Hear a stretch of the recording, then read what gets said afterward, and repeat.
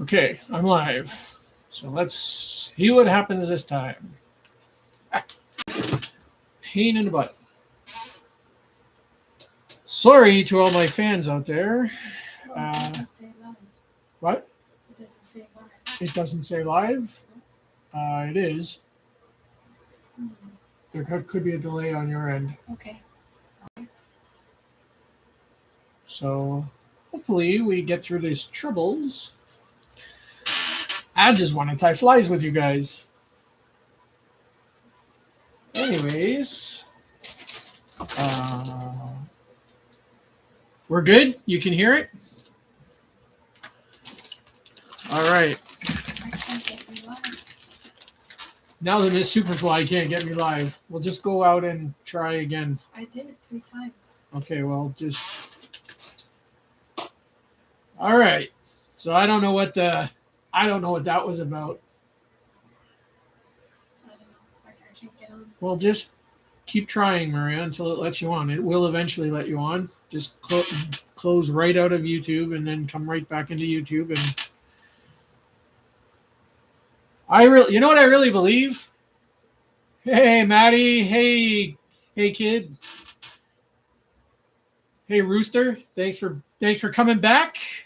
I don't know what the sound issue was, but you know what I really believe, guys and girls? I believe that YouTube and the internet they got way too much people on it. They cannot handle it. I also think that these new data centers they want to put in are not going to be able to allow them to handle it. I just think the world is too full of people, and with so many of us online at one time, the systems just can't handle it. And they got to shut down. That's why everybody's live streams, you're live streaming, and all of a sudden you get buffering and all these other things because YouTube can't handle it. And Facebook can't handle it, and TikTok can't handle it. All these programs just can't handle it. And we're adding program onto program, and you guys know I got my graphics going, and I just think that the system cannot take this much pressure with everybody on it. So that's my theory.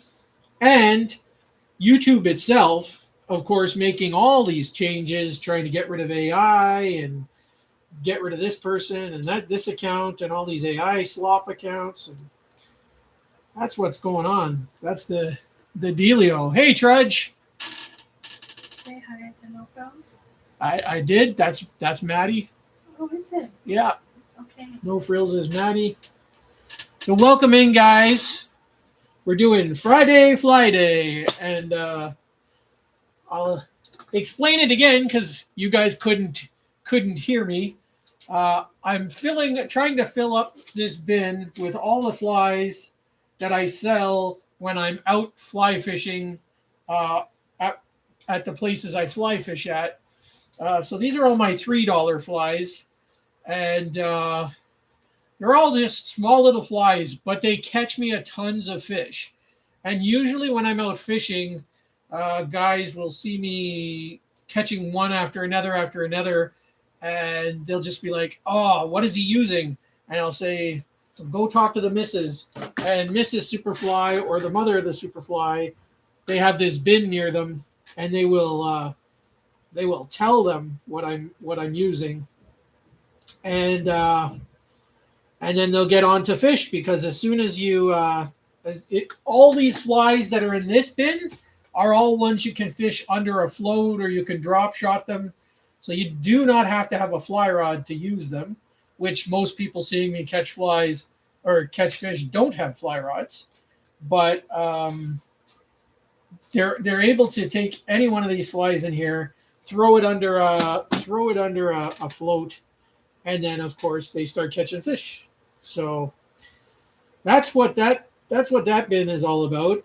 And I'm getting really kind of low on flies, so I thought, you know what, I will use today's Friday Flyday to show you guys some really little patterns, but also they're really cool, and I can fill up my stock, and hopefully I can get out fishing again and sell some of them. So that will be exciting.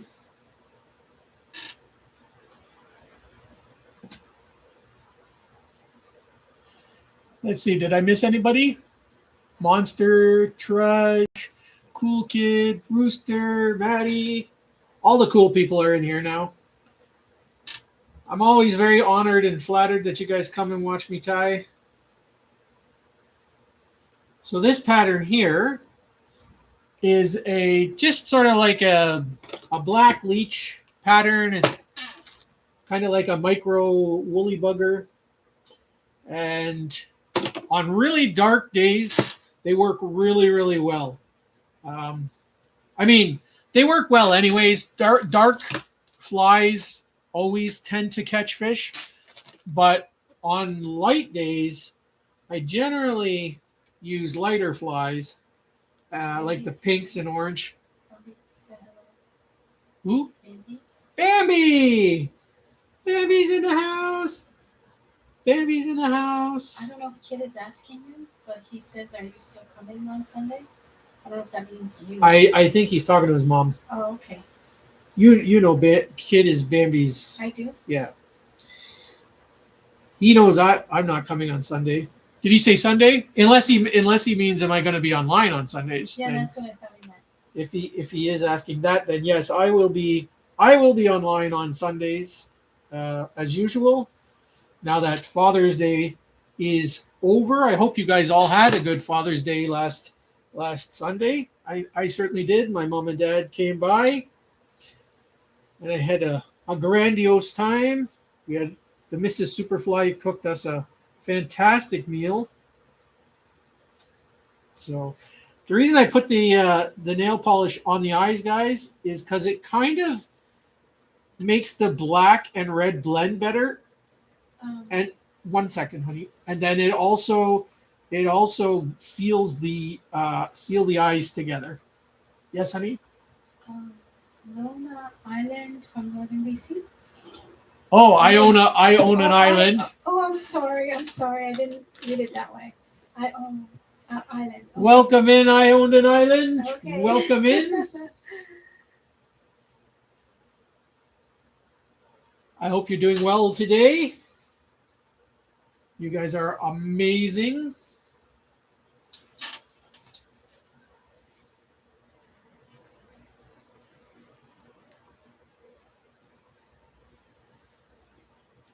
Yes, Maddie. Maybe one of these days we could do that. I was thinking one of these days too to I don't know, Maddie, if you know the Zoom program. I have Zoom where everybody can come in and tie all, and we can all chat live. That's usually how I like to when I do a group thing. That's how I usually do it. But yeah, it would be very good to get like Nimby and who else ties? Rob.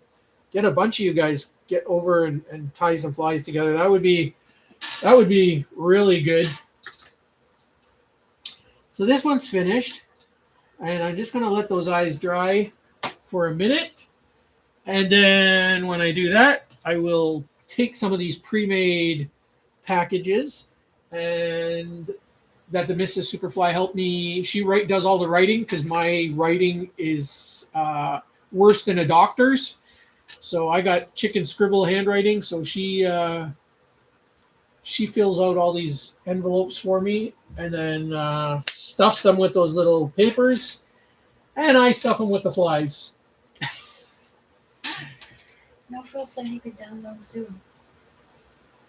All right, that'd be cool. We should set that up. So yeah, I'm gonna pick a good day, and we'll have to do that.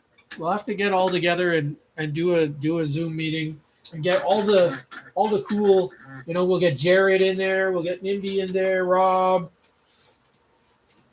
Who else? Pro, fly fish like a pro. He does some fly tying. Real Outdoors gives you a fist bump. Real Outdoors. How's it going, buddy?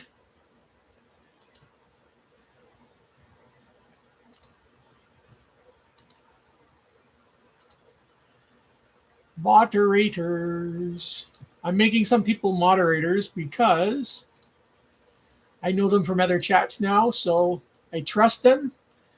If I make you blue, do me a favor, kick out the riffraff,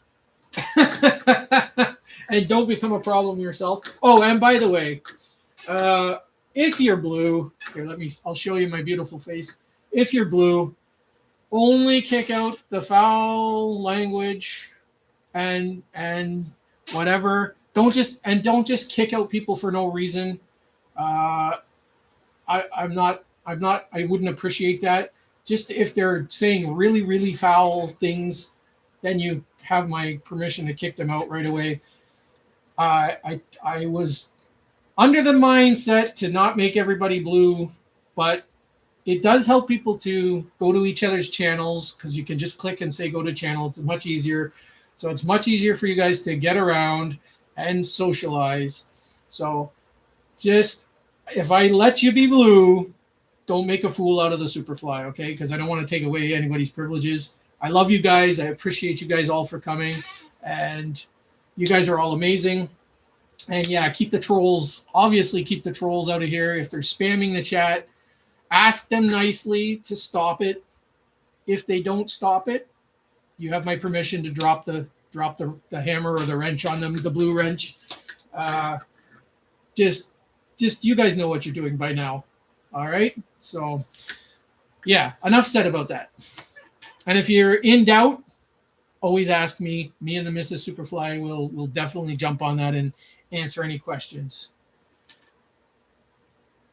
So I did a cool thing. I'm going to show you guys a cool thing now. Hang on. This is my stand that I tie flies with. And it's a big heavy metal stand. And I went to the dollar store and I put these pool noodles on there because I keep kicking it. Every time I get up in a hurry, I kick this darn thing.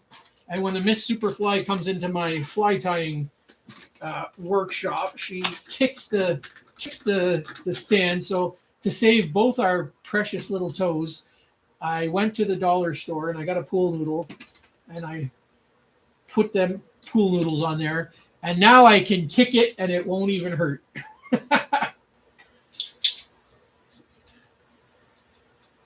Yeah. So that's what I did. And what else do I have to tell you? Oh, yeah, it's been raining here for the last 2 days. We had thunderstorms last night. And the grass is wet and everything is wet. So I decided, hey, Friday, Flyday again.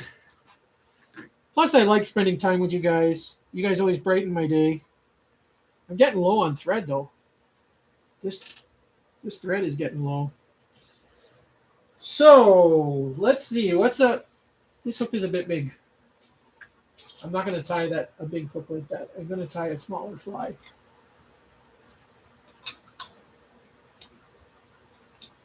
I'm going to tie. What am I going to tie here? I'm going to tie some more of these orange ones. I got to tell you guys, I fished with these the other day, and I fished with them quite a lot, actually. And these little flies are stellar for panfish. If you like fishing for panfish, these are a fly you got to have. So I'm going to tie some of those. And again, they're on a bit of a smaller hook. So I just have to find a smaller hook. Here's a smaller hook here.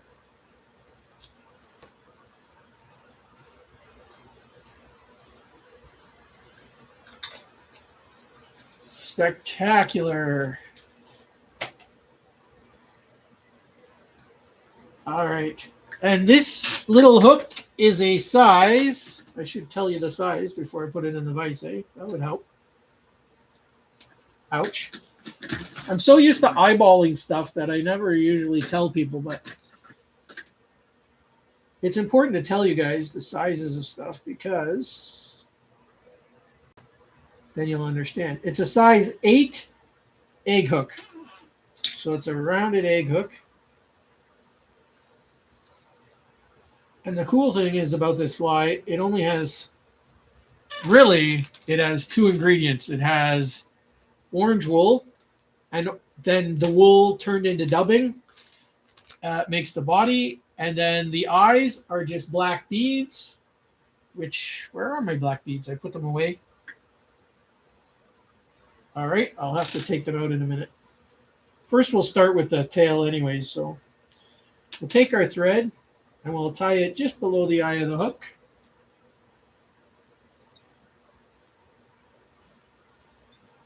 Hey, Finn's in the house. She's driving, so she's just listening. Finn is my buddy. He's a guy. Yeah. Yeah. He's And, not a she. Oh, sorry. Hey, Finn. Is that what I said? Yeah, you I'm said sorry. she's driving, but I'm sorry. Finn is a he. I meant he. A solid he. I meant he. Finn, you didn't do Friday Flyday.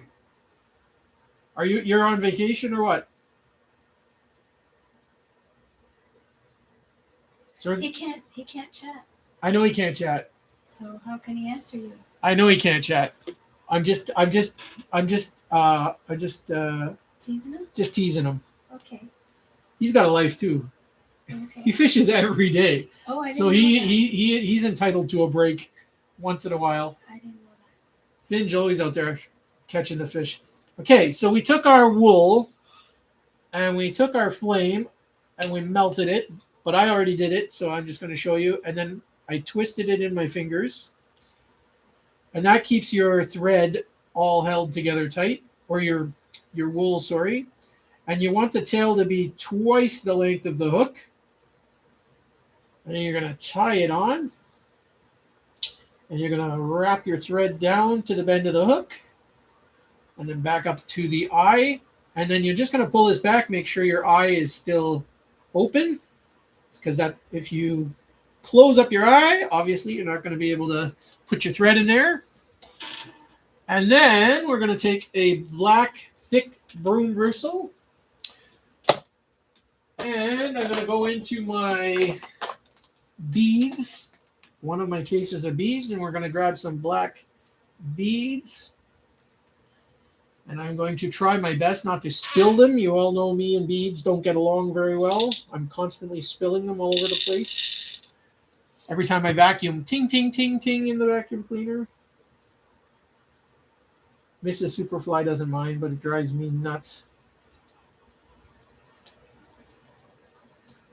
Plus, I lose beads that way, because then if I don't find them again, they get sucked in the vacuum cleaner, and it's a waste of beads. And I don't like to waste beads. So we're going to take 2 beads that are pretty much the same size.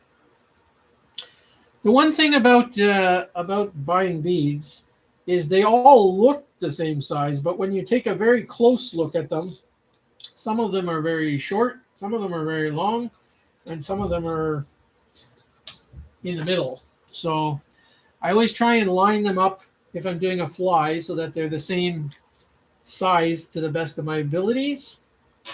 I'm going to take my flame, melt it down, touch it onto my vise.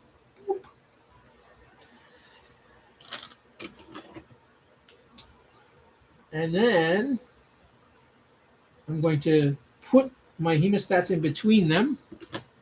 I'm going to trim off the end to about 3 millimeters. And then I'm going to take my flame and I'm going to tap it with the flame. Tap it onto my vise. Beautiful.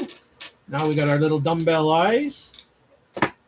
And the good thing about the glass bead eyes is they are lighter than the metal bead chain eyes. So they allow this fly still to sink, but it has more of a flutter effect.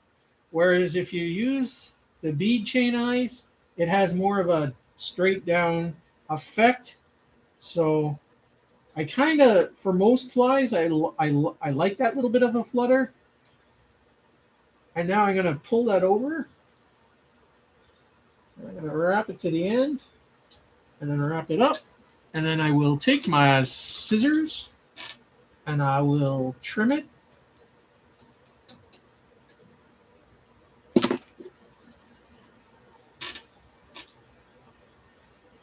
So kid left. Kid left. All right. Real Outdoors had to go, said hopefully he'll be back soon. Okay. And I own an island said we have a mayfly hatch going on here right now. Excellent. I love mayflies. Mayflies are awesome. Okay. So now we're just going to finger dub on a little loop. Like so. We're going to wrap it to the front. And that just gives a little bit of an extra puffy body at the front by the eyes. And what we're going to do is we're going to take our little brush. I still got to try and find a brush like Nimby got. Nimby's got a really cool fly tying brush. It's like a round brush, but it's smaller and it can get into all the little cracks easier. And it has really stiff bristles. So I really got to know where he's got that. I can always use this brush with the Velcro on the stick. It works pretty good. But I really want one like Nimby's got because it's really effective.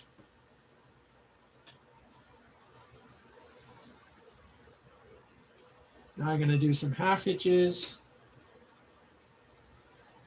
I'm going to... Real said he really likes the orange fly. He's never fly fished, but you got him wanting to. Ooh. Oh yeah, you know what, Real? I gotta tell you, buddy. Once you get into it, it's a serious addiction, man. I got into it in high school, and I gave up all my other gear, and I gave up my spinning rods. I gave up all my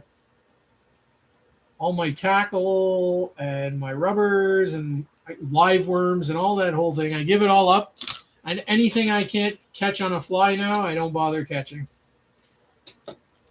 And I've caught a lot of fish. Like I've caught fall fish, and I've caught pickerel on flies. I've caught perch, obviously, rock bass, sunfish, muskie, pike, carp. I even caught catfish. Yes. Catfish are a bit interesting though, because for a catfish, I'll take a bigger streamer and I'll make it out of wool, and then I'll dip it in salmon juice from a can, and then I'll make sure that it's got a heavy head and a little foamy tail, and basically it'll come down and it'll float up like a little worm, and that fly catches me a tons of catfish because they love the scent of that salmon, and I just twitch it slowly, like very, very slowly. And I'm sure if I let it sit, they'd just come and get it like a bait. But I always like to have a little bit of action in my flies. So there's the orange.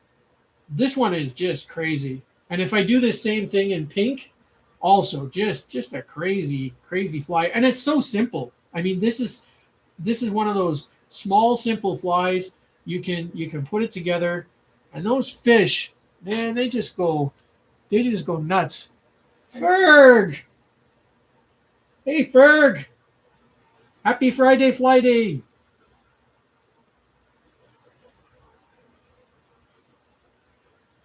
Ferg, the jungle, see what he can do. I own the island has to step out. See you later. Cool channel. Thanks, Island. Love you, brother. Hope to see you again soon. Thanks for coming by. You're always welcome in here. All right, so this one I'm going to swap out for this one because it's dry. I'm going to stick this into a little pouch. Doobie-doobie-doo. There you go, guys. And then into the bin of fame right here. I got so many flies. This one is this one. Maybe I'll tie this next. I like that one. The Mrs. Superfly really likes this one. This is a really cool. This is a really cool pattern here. Yeah. Really sparkly, sparkly. Yeah. Yeah, I'm gonna tie one of those. And you know what? I make that out of you know those I'll put my face on. You know those Santa Clauses that you can hang on a door or whatever, and they come with this kind of like wacky, crystally beard. So I got one of those, and so I got tons of this sparkly, Christmassy material, and it makes some pretty neat flies actually. So I like it. Those who like it a lot. Now back to the vise. I know you guys are tired of seeing the Superfly's face. No breaking the camera today, right, Mrs. Superfly? All right, so the first thing we need is... Are you laughing at me? Ferg, Mrs. Superfly said you guys can see my sexy legs. She goes, oh, they can see your legs. Oh my gosh. And my Lego shorts. You guys all like my Lego shorts, right? Look at that. Lego shorts. I love me the good old Lego shorts. So we're going to take some red feather boa, which I got at the dollar store. And I paid about $4 for it. And it goes an extremely long way. I guess I should put a hook in the vise, eh? Come on, Superfly, wake up. I'm ahead. I put the cart ahead of the horse. Yeah. So I'm going to use one of the bigger hooks for this one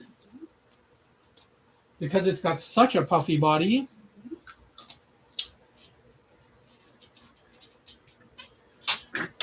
Ferg is listening and working.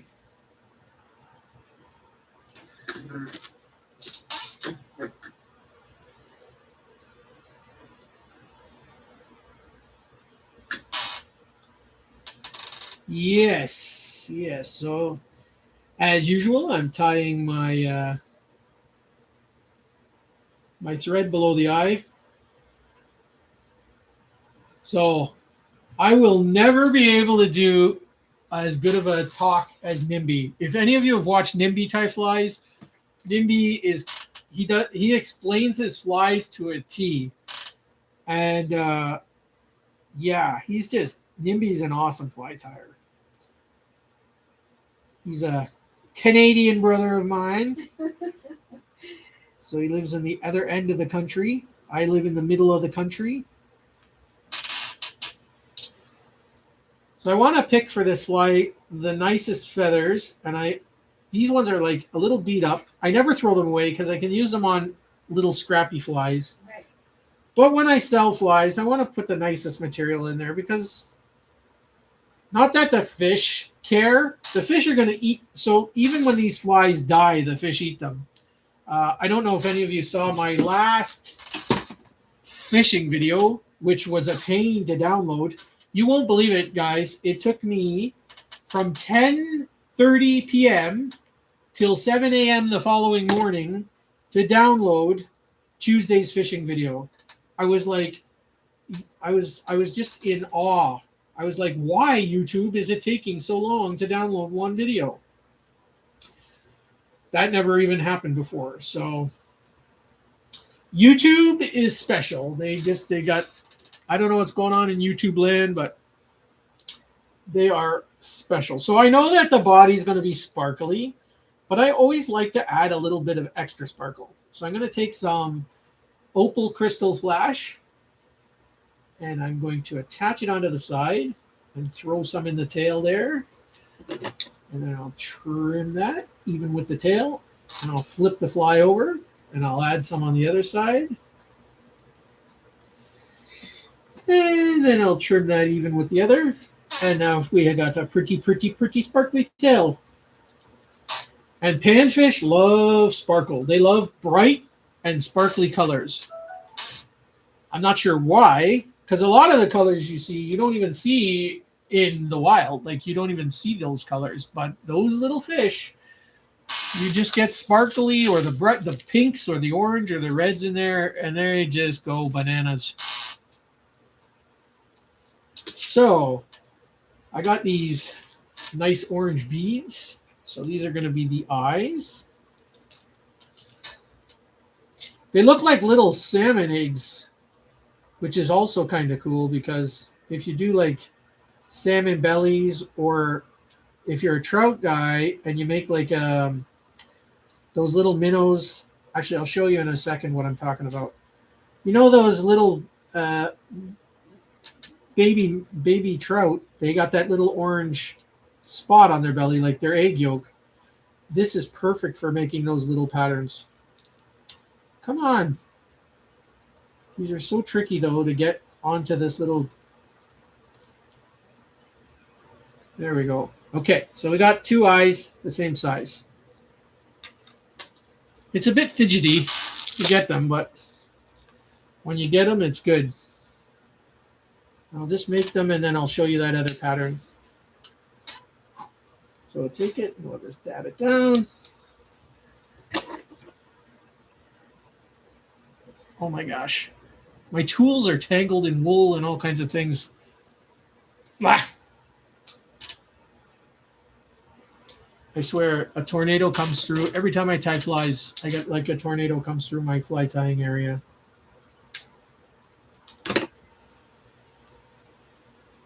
Stay on there, you devil. I like fly tying because I like fire, and I get to play with fire. Here's a warning for all the kids at home. If you like fire, do it safely. Research fire. Fire can be good and fire can be bad, just like everything else.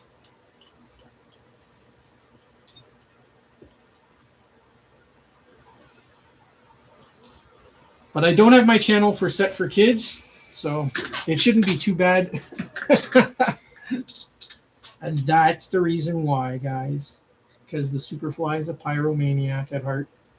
Okay, so now we're going to take our little, I'll just call it Santa beard, and we will tie it to the end, and then we'll work our thread back up. And then we will just start wrapping it.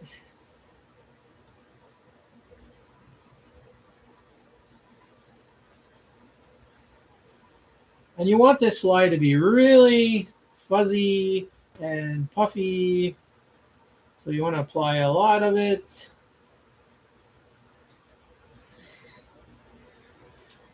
And then we're even going to do some trimming, because as puffy as it is, I do like it to have some resemblance of organization. Just put that little piece aside. So we'll tie it off with our half hitches.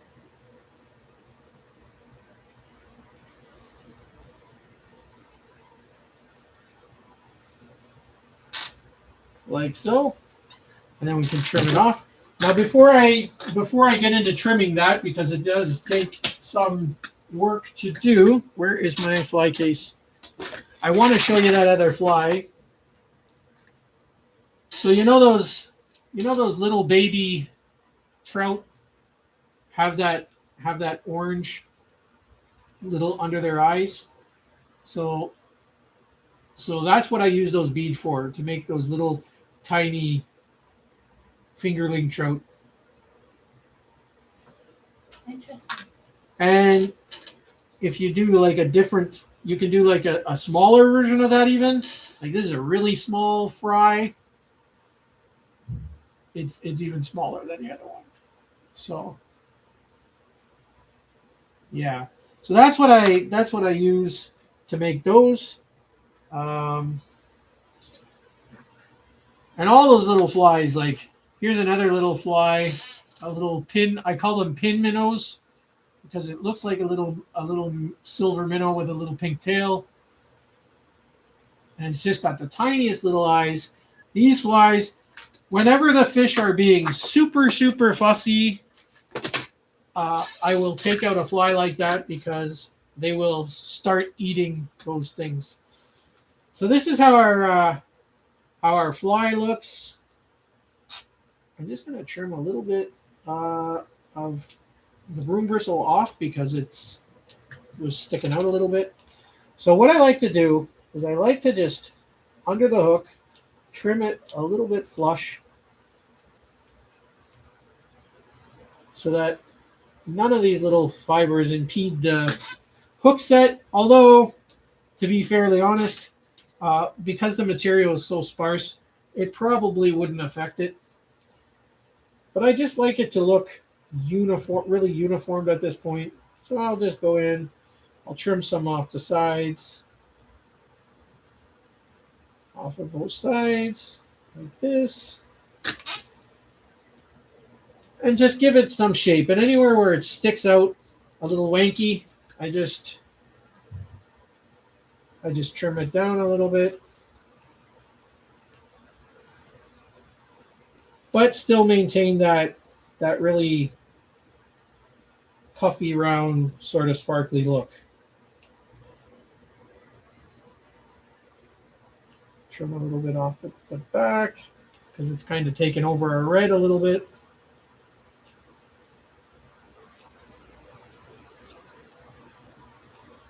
And it's a bit messy. This fly is a bit messy because those little sparklies get all over the place. I try to catch as many in my hand as I can.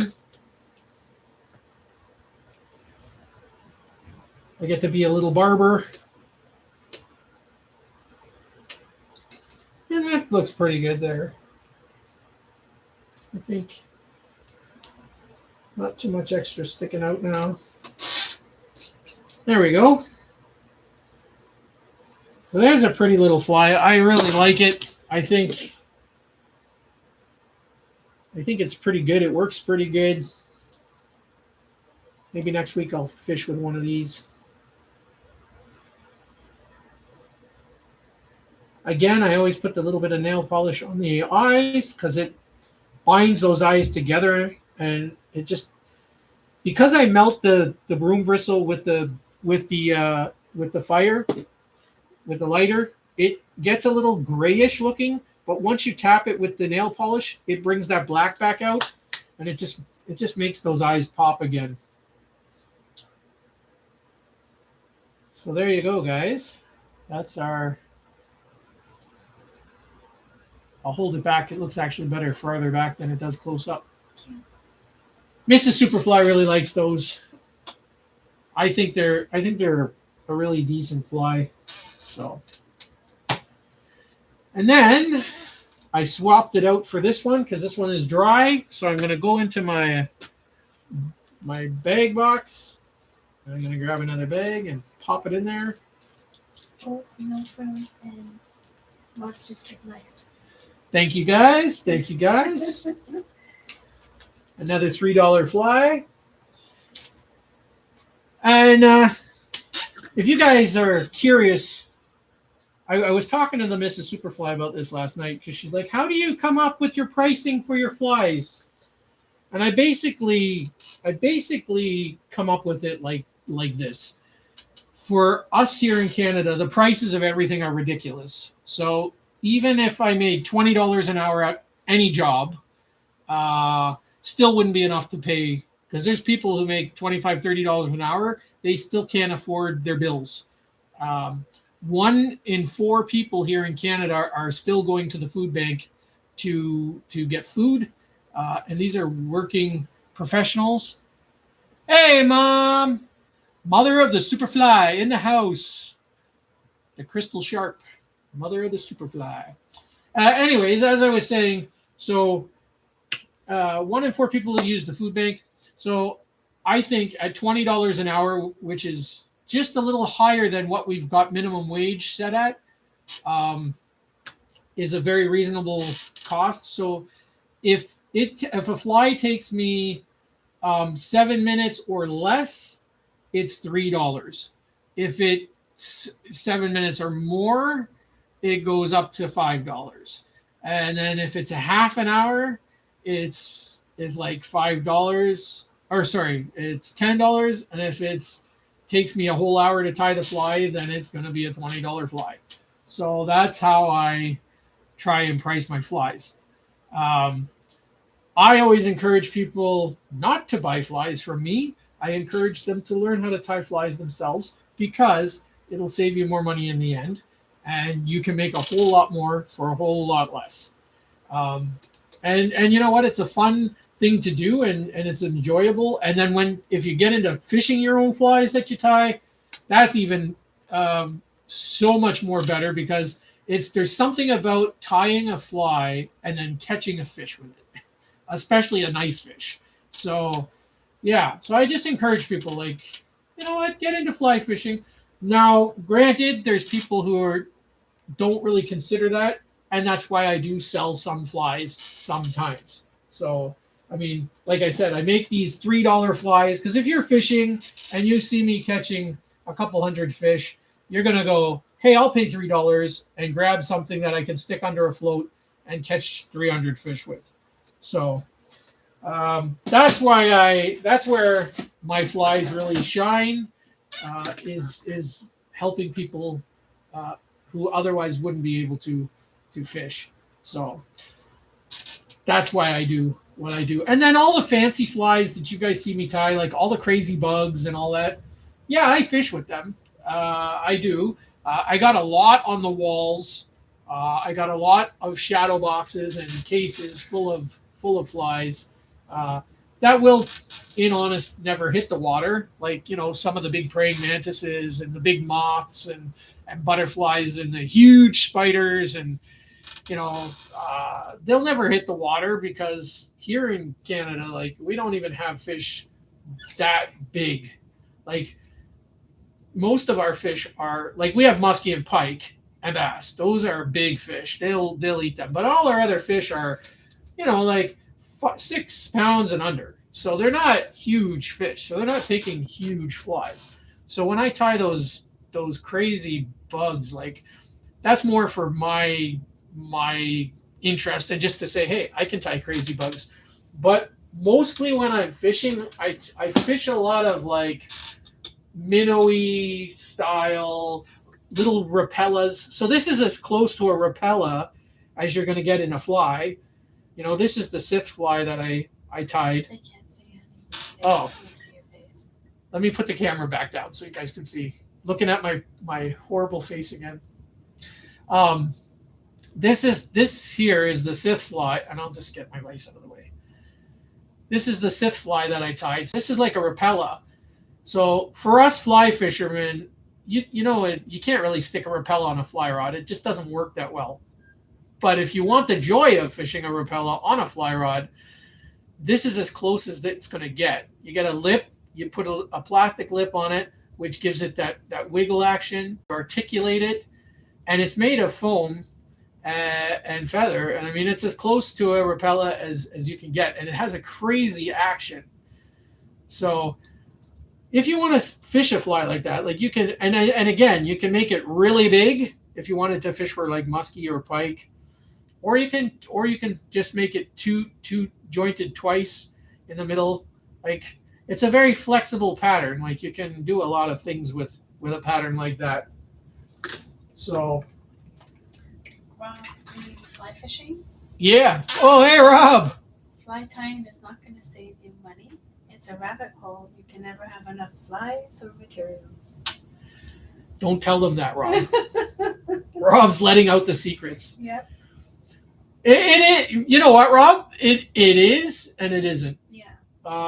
I agree with Rob. So anybody who knows me, I've given you guys the tour of the Superfly cave. I've got a closet full of materials that I use for, like, and bins. Like, I've got bins around me of stuff. And Rob is right. If you get fully immersed into it, you will have materials. I've got more nail polishes than the wife.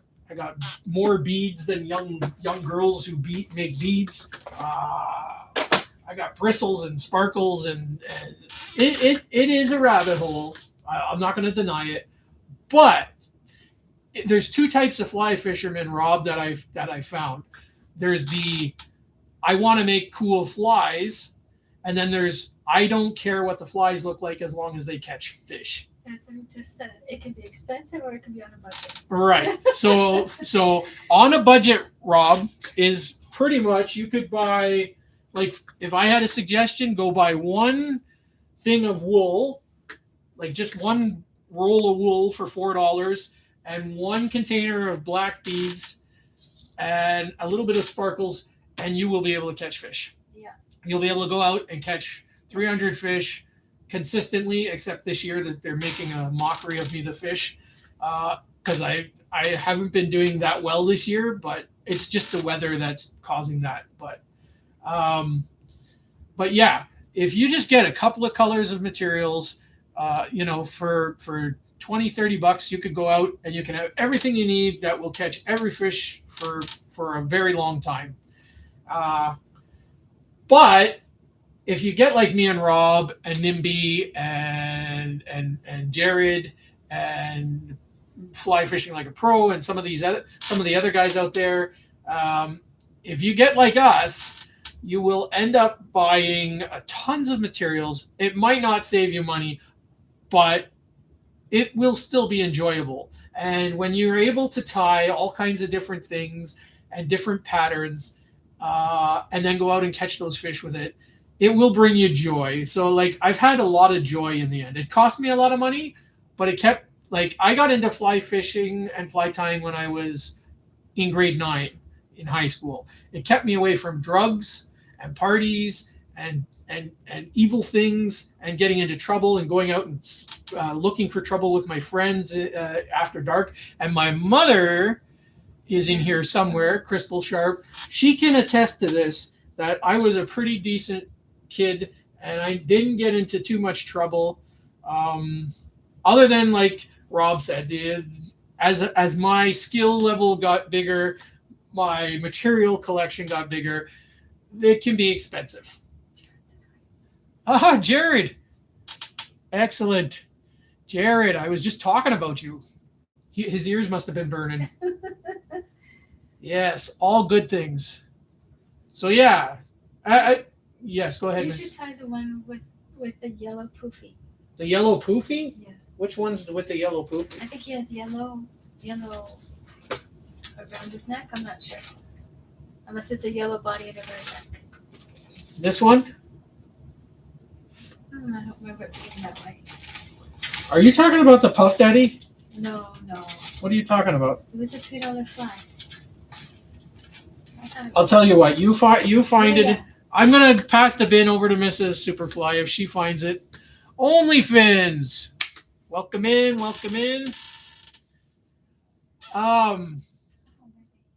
Yeah.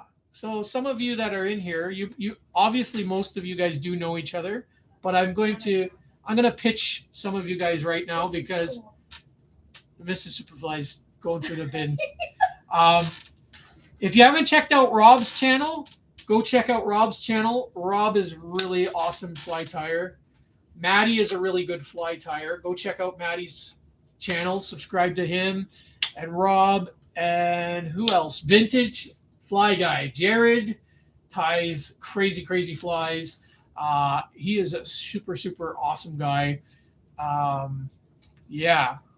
Who else is in here? I haven't been checking. Fishing with Ferg. Ferg is an awesome fishing guy. He catches a lot of fish. What else am I missing? Anybody I'm missing? So many of you. There's so many of you guys, and a lot of you have come and gone now. So I can't go that far back in the chat. But you guys are all amazing, and go check each other out because you're all cool people in here. And this fly is dry, so I'm going to take this one and I'm going to put it into a bag. and hopefully sell it.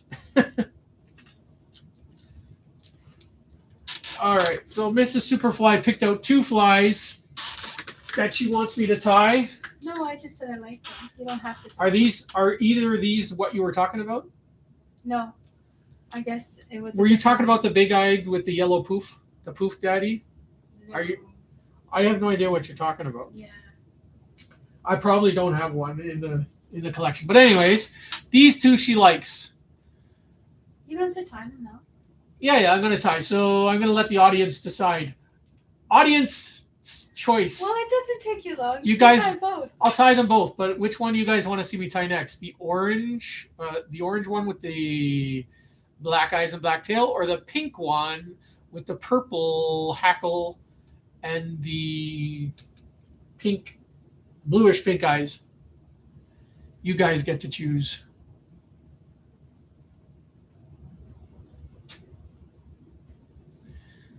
Yeah, absolutely. Jared said we all know the cool hangouts. Absolutely.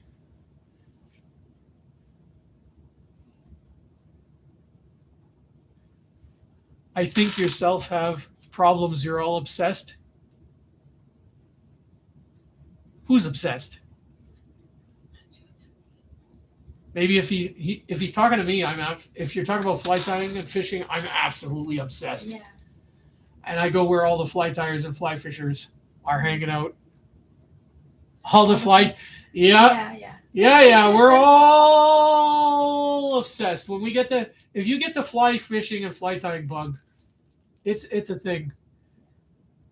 So are any of you guys going to tell me which one of these you want me to tie, or do you want me to just make it up?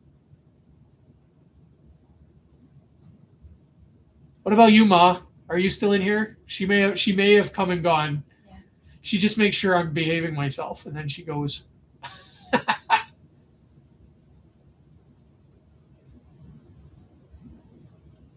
No frills ties every night. Wow. There you go, Jared. Orange it is. And Monster said we can pick. All right, guys. I will do the orange and black. So they're a very good fly. They again, all these little pan fishy flies are highly recommended. Let me put the camera down. Get in frame again. Ta-da! We're back in frame. So we will take one of these. Oh, they're too big. Are they big? Let me see. Yeah, I'm going to use the little hooks.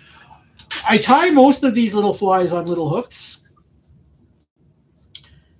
Every so often I'll tie a bigger fly, but I really enjoy. I make them small on purpose because those little. It's a weird. So everybody's like, such a small hook, but those big fish in the summer. So I fish mostly. So this is just me. Smallmouth bass is my favorite fish. Largemouth bass, perch, sunfish, crappies, bluegills, and am I missing anything? Chubs. I like fishing chubs. So all those fish are 5 pounds and under. And all the little sunfishes and that can all eat this. And you know those sunfish have little tiny mouths, right? So I use little hooks because I can catch all those fish.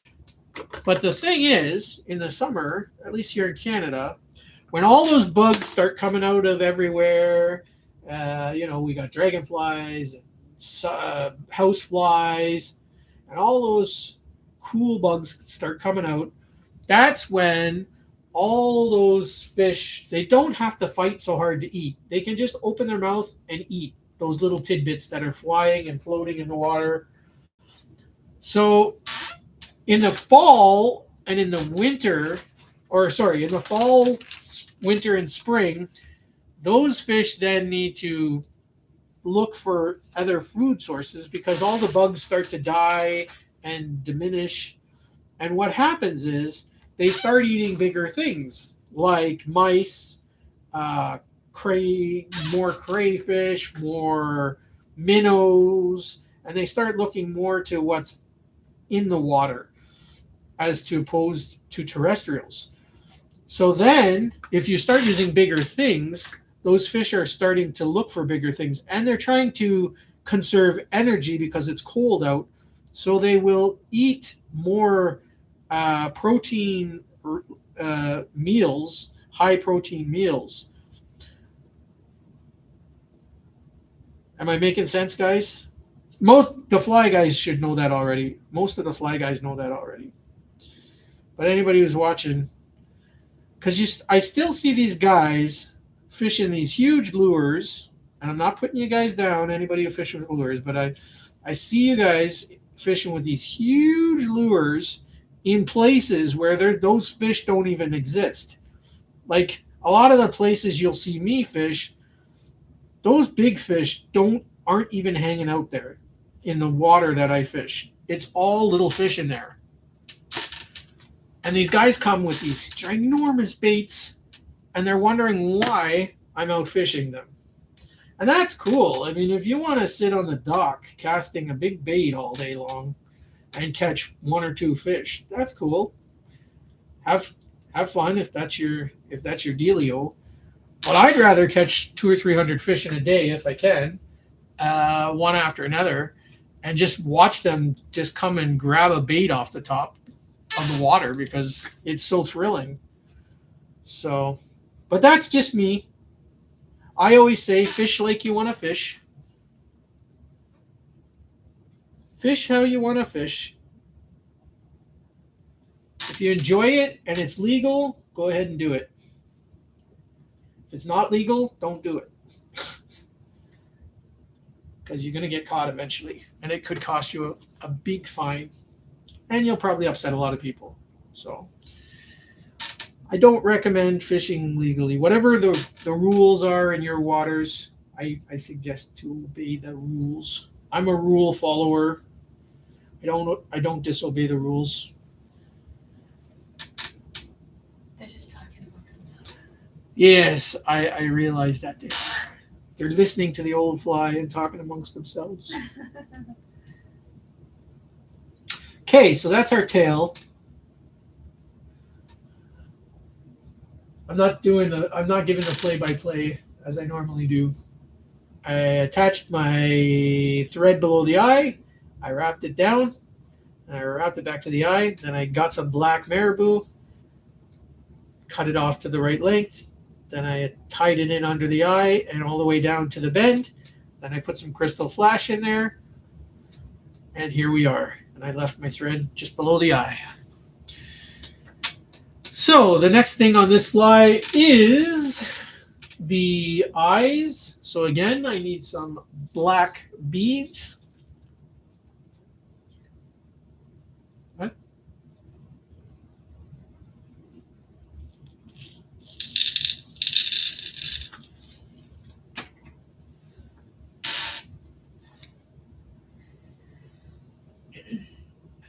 Fishing with dynamite is frowned on.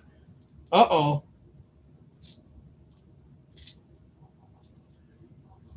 You got the dynamite. But fly. fishing with dynamite flies is not frowned on. I have a dynamite fly.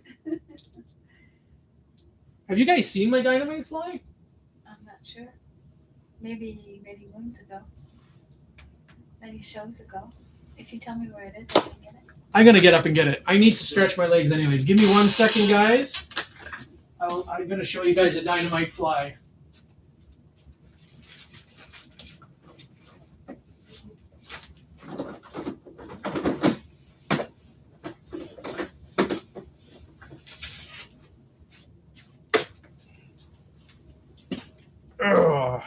Okay. Where is my dynamite? Oh, the 8 just came in. Oh, hey, Yoshi. Yoshi. Here we go. Okay. So for you guys who want to fish with dynamite without fishing with dynamite, this is the dynamite popper that I invented. So it looks like a dynamite.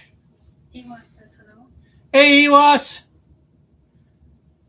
So this is my dynamite, and I'm going to tell you guys, this is a great fly. It catches, for one, it's a crappie killer. So if you guys like crappies, crappies love to come top surface for this. So this is a top water popper. And I catch all kinds of sunfish, rock bass, crappies. I haven't caught any perch on it yet, but I have caught bass on it. So this is a cool fly. And surprisingly, another cool fly I made for fun is the smiley face fly. I tied this smiley face fly, and it's on both sides. It's a smiley on both sides of it. And I got a video about catching fish with this one. This one's pretty good. So, yeah, I like to tie the crazy flies too. What else do we got in here? Anything else I need to show you guys?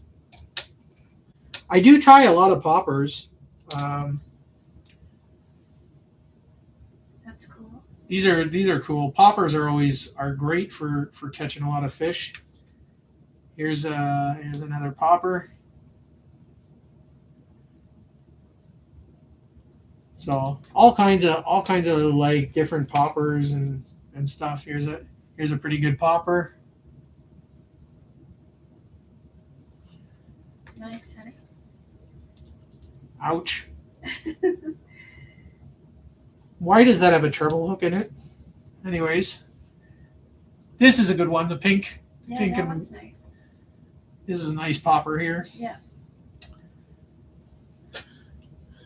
A while back, I did a blindfolded challenge. Yes. I did two of them. I did one with the cricket, but I did this one. I think this was before the cricket. So I did this blindfolded. This one here. So yeah, all kinds of different things. There's like a topwater bug. That's cool. The legs have fallen off of it. I used the rubber bands and they got brittle. Oh. But with or without the legs, it'll still fish. Yeah, for sure. I don't know if you guys have seen, I didn't design this, but the triangle bug. That's cool. Yeah, this is supposed to help from little fish inhaling the fly so badly so that they can take it back, but they can't get so far up in their mouths. So all those little panfish. So that's the triangle bug. Wow. Not, Interesting. again, not my design, Right. but a good design nonetheless. Yeah. Yeah, so all those little flies are good. These ones here I call the wacky fun bug. They're a nice top water floaty, They're wacky looking, all right. and you can do them in all kinds of color scheme. Oh, they're You know. cute. They're just a tiny little. Yeah. This one's particularly good. I really like the black with the gold underbellies. These ones catch a lot. So those are all kinds of bugs. I tie all kinds of bugs.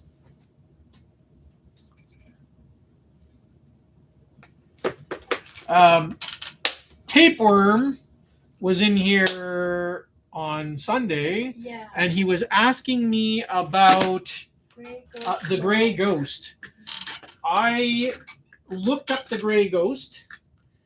I could tie the gray ghost if I had the materials to tie it. So believe it or not, with all the materials that I have, I do not have the proper materials to tie the gray ghost. And it's a streamer, and a lot of the streamers, the older streamers, have a lot of furs and feathers. And surprisingly, I don't have that much feathers. I don't really fish with a lot of feathers in a lot of my patterns. I do have some. I have some hackles and I have some feathers, obviously. But all the fancy like mallard feathers and different feathers, I really don't have that much of them. So if you wonder why I don't tie those type of flies, is because I don't have those kind of feathers. I'm a very foam and woolly and sparkly leggy kind of guy. So I tie a lot of my bugs with that kind of stuff. I'm a really at heart, I'm a new age fly tyer is what I am really, because a lot of the stuff I tie, I use a lot of plastics and foams and beads and nail polishes. So I'm a really artistic sort of tyer at heart. But that's not to say I won't ever be able to tie it. It just so sometimes if you guys make a request and I can't tie it for you, it's because I don't have the materials. If I had the materials, I could do it. So the next thing we're going to do is we're going to take some of our orange dubbin, now that we got our eyes and tails in.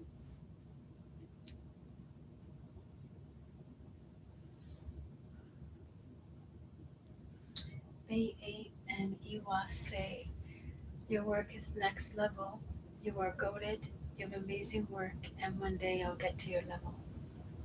Oh, you know what? Anybody who sits at a vice for the amount of time I did, I can guarantee you will get to my level. Actually, you will be able to surpass my level. Yeah. And I'll tell you why. Yeah. When I started, and a lot of us older guys can contest to this, we started before there was Google. We started before there was YouTube. We started before the internet was a real big thing. And all of us guys who did that learned we had to literally throw stuff on hooks. We tried this, we tried that. All the patterns we invented and created, we literally had to create them. Like we had to work hard to figure it out. And there was nobody to show us, hey, there's an easier way or a different way. Or so all us older ladies and gentlemen who've been into fly tying for a while,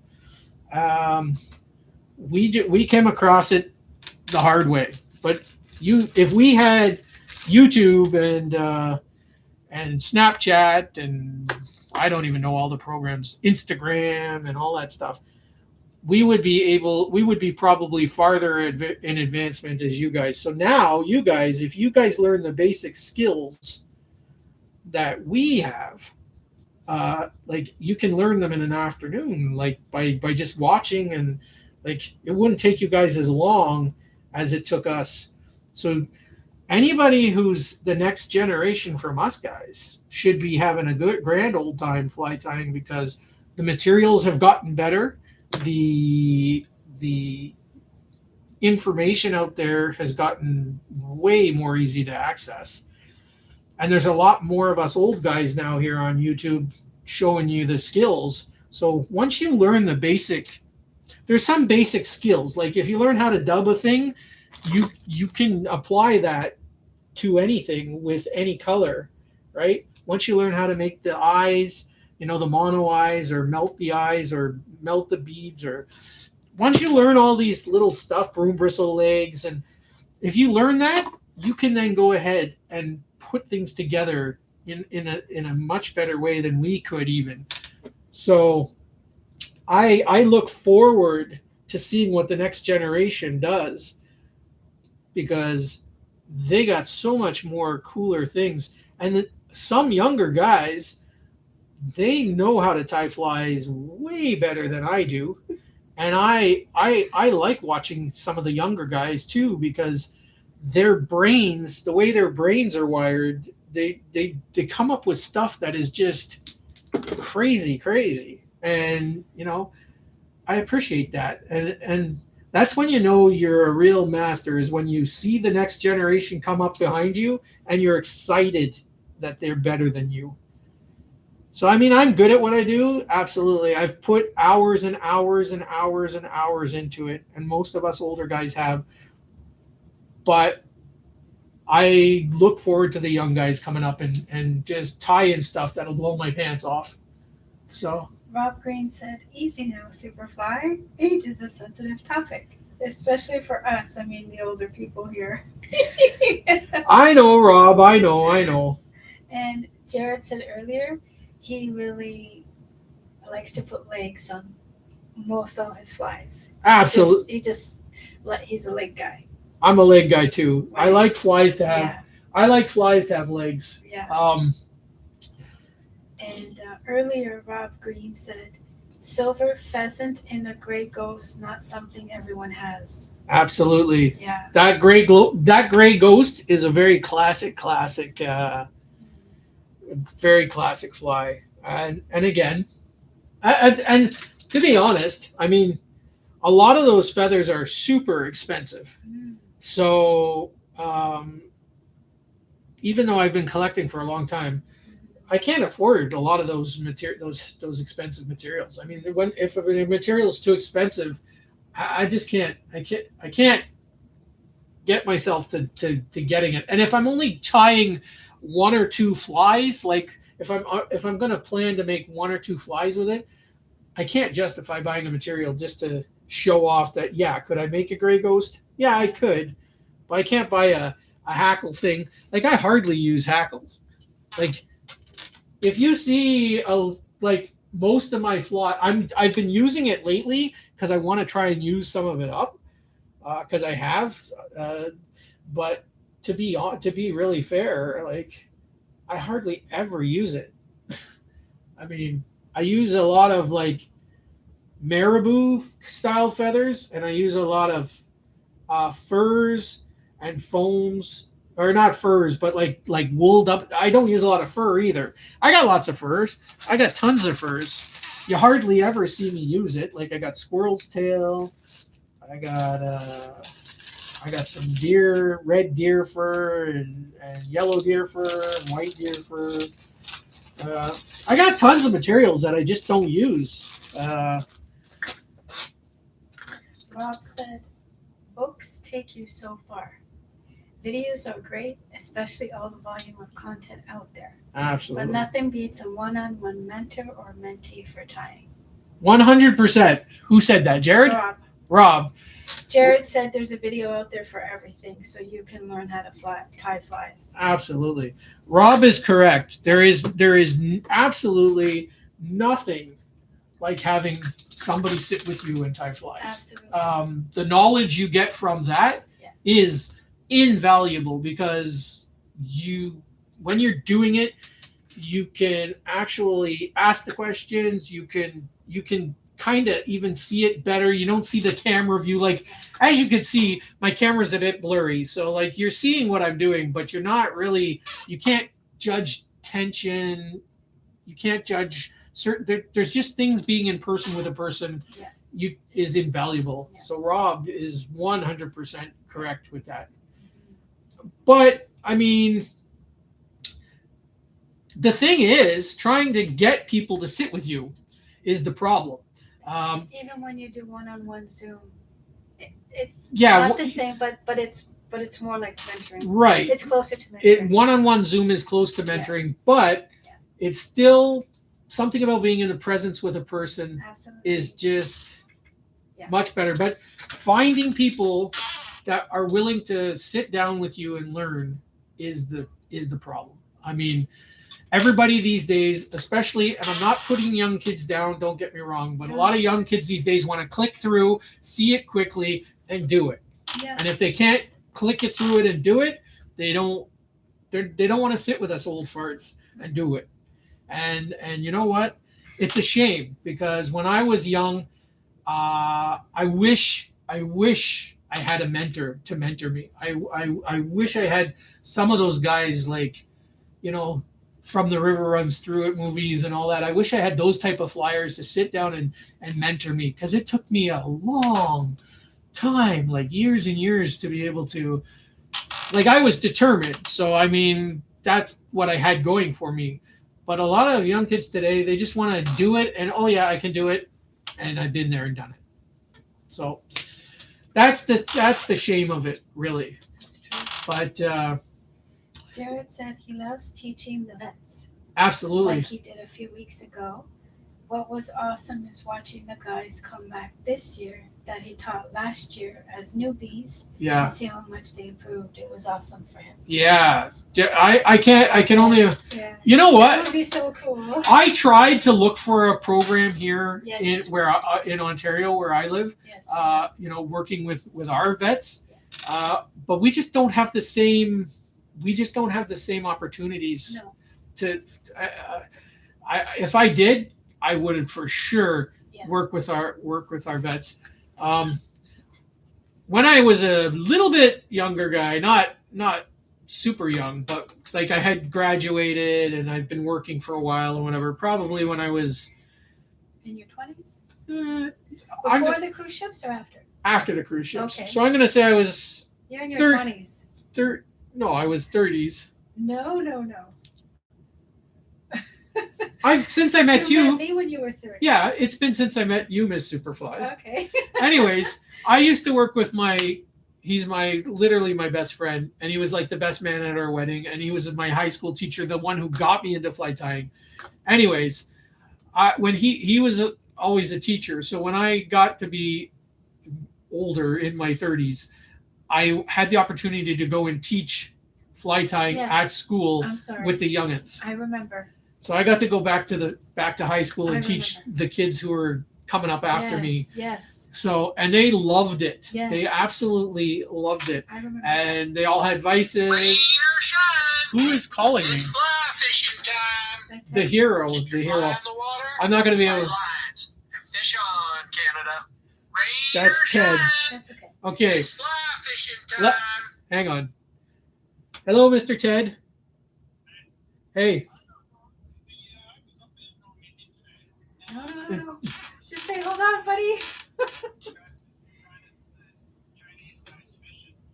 Yep.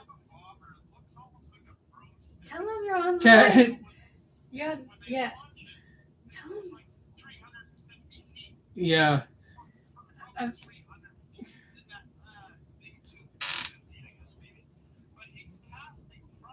Just cut him off. Whoops. Ted. Yeah. Ted. I'm doing a live fly tying stream. No, it's okay. Okay, bye. Sorry, guys. That's okay. Sorry, They're guys. talking amongst each other. You guys are occupying yourself. That was my hero, Ted.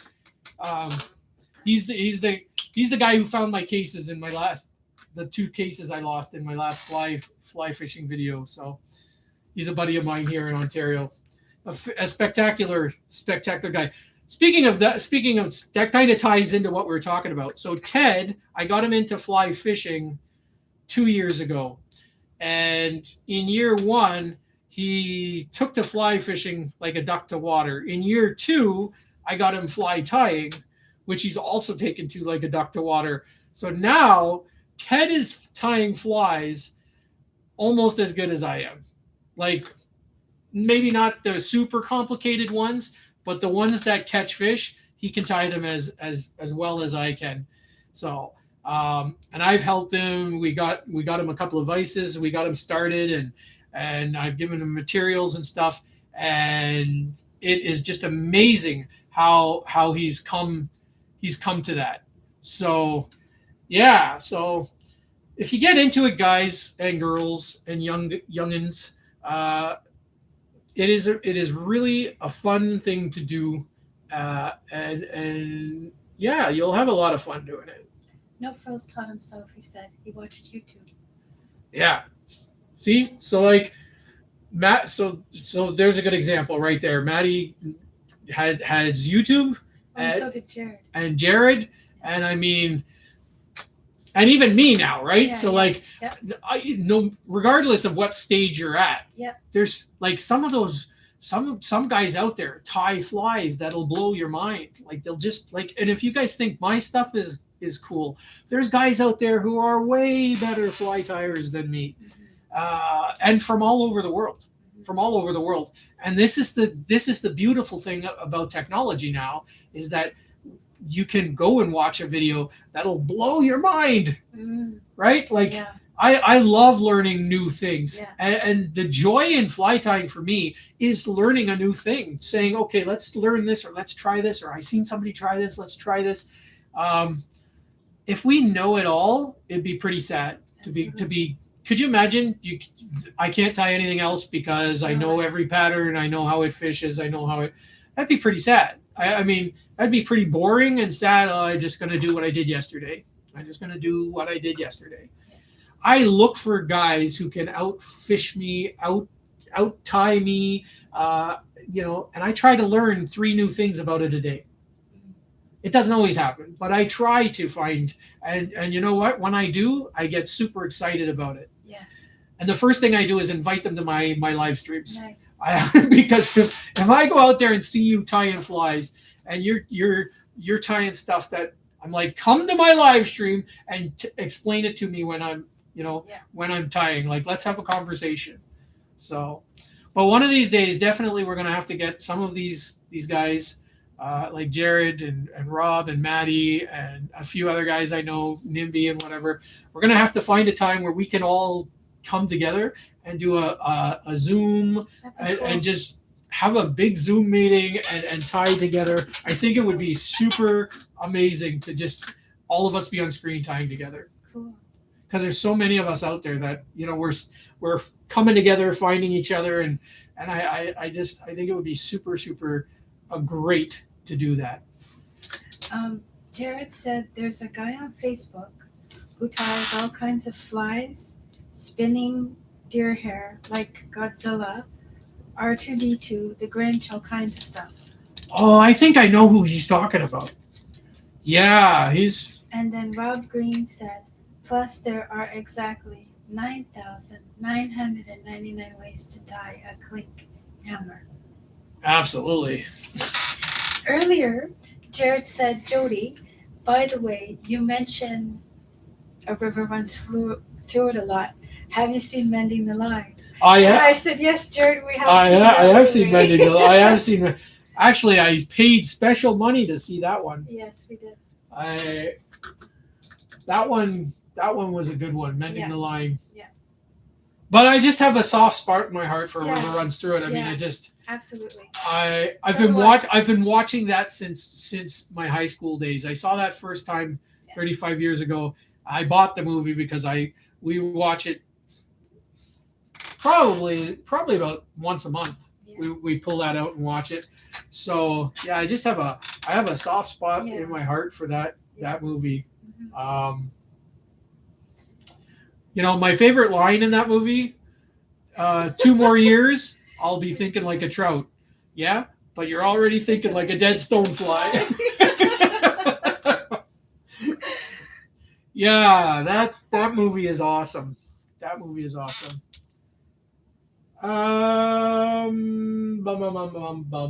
What else am I tying here? Flyday, filling up the box. I think this is what I gave you, but you didn't. Okay, here. The Mrs. Superfly wants to see me tie up this one now. So here, for all you guys who don't see me tie with hackle too much, now you get to see me tie with hackle. I need to see what I did here. So, Jared's favorite line is, I bet he brings worms in a coffee can. Right? Red Hills Brothers, yeah. Absolutely, Jared. That was good. Absolutely. When the girlfriend's brother comes to visit. Well, she's got a tattoo. Yeah. What's it say? Love. Oh yeah. Yep. I love how they made shadow casting a thing in that movie. So elegant. So they made it like it's such a thing. It was so like an art. Most anybody who's been fly fishing for any amount of time, you become a shadow casting master, because if you see a big fish, lying under a bunch of sticks or under a bridge, a low-lying bridge or something that you need to get under there. You just learn the shadow cast is just a sideways cast that you go under a bridge. It's not all that complicated. It seems intimidating. Like there's like when you first start fly fishing, and you watch these guys on YouTube or whatever, and they're doing all kinds of crazy. You'll see me do all kinds of crazy maneuvers, like make the fly go left or right or under a thing, or it's really not as bad as it seems. It really isn't. There's three casts that I think everybody should know that'll get you fishing. Obviously, the roll cast gets you fishing. You need to be able to roll cast properly when you got structure behind you. That's an important cast. It's not as difficult as it seems, and it's a good cast. The other cast is a bow and arrow cast, because if you're in a really, really tight spot, you can just bow and arrow, and you can just drop the fly into an area. So there's the bow and arrow cast. And is somebody... Go ahead. Okay. Keep speaking. It's just interesting. Okay. And the other cast is just your standard wrist cast. You just hold the rod with your wrist, and you just flick it with the wrist back and forth. And the best way to learn that, and I know this sounds crazy, and there's another guy who actually has a really good video about it. Go put a blanket or a tarp down on the grass, so you're not getting ticks on you. Lie down in the grass, hold your rod above your head, and you just cast straight up above your head, back and forth, so that you can see your line backwards and forwards. And once you can see it backwards and forwards, you get the feel for what it does. And you don't have to get all crazy with your casting. And if you can flip a fly out there, you can start catching fish. It's pretty simple stuff. But I was watching a video 2 weeks ago, actually, and I started getting scared. I'm like, am I not fly fishing properly? This guy was like, oh, you got to do this and that. And I can't even repeat what he said, because he was talking so much. I'm like, if I was a young person or a new person, never picked up a fly rod, if I saw his video, I would never pick up a fly rod. If that was the first video I saw, I would lose my mind. And I didn't comment. I didn't want to start a war with anybody, because I'm not into that. Really, I'm not.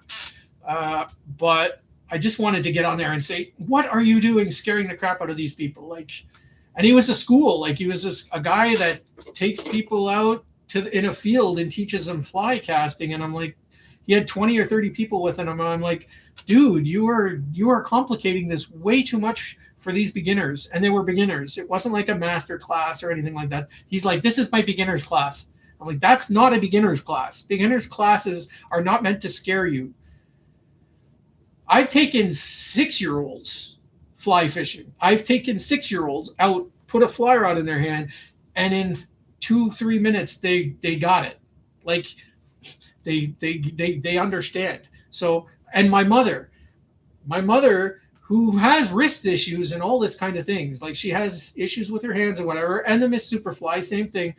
They can go out and fly fish because it's not as hard as it seems. So when you see these movies and things making it all complicated and all these different things, you learn all that later. You start at the beginning and you learn all the complicated stuff as you go. It's a journey. It's not a sprint. All you need to know is get your fly on the water and go to a place where there's a lot of fish, like panfish. Because if you go into a place where there's panfish and you practice with your fly rod, you're going to get the feeling, you're going to get the idea, and you're going to hook a lot of fish, and you're going to get addicted because you're going to go, oh yeah, this is good. But if you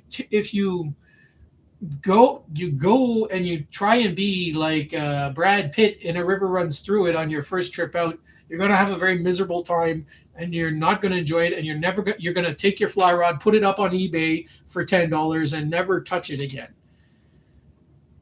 And then guys like me and Rob and Jared, we're gonna go buy them for $10 and go, yes.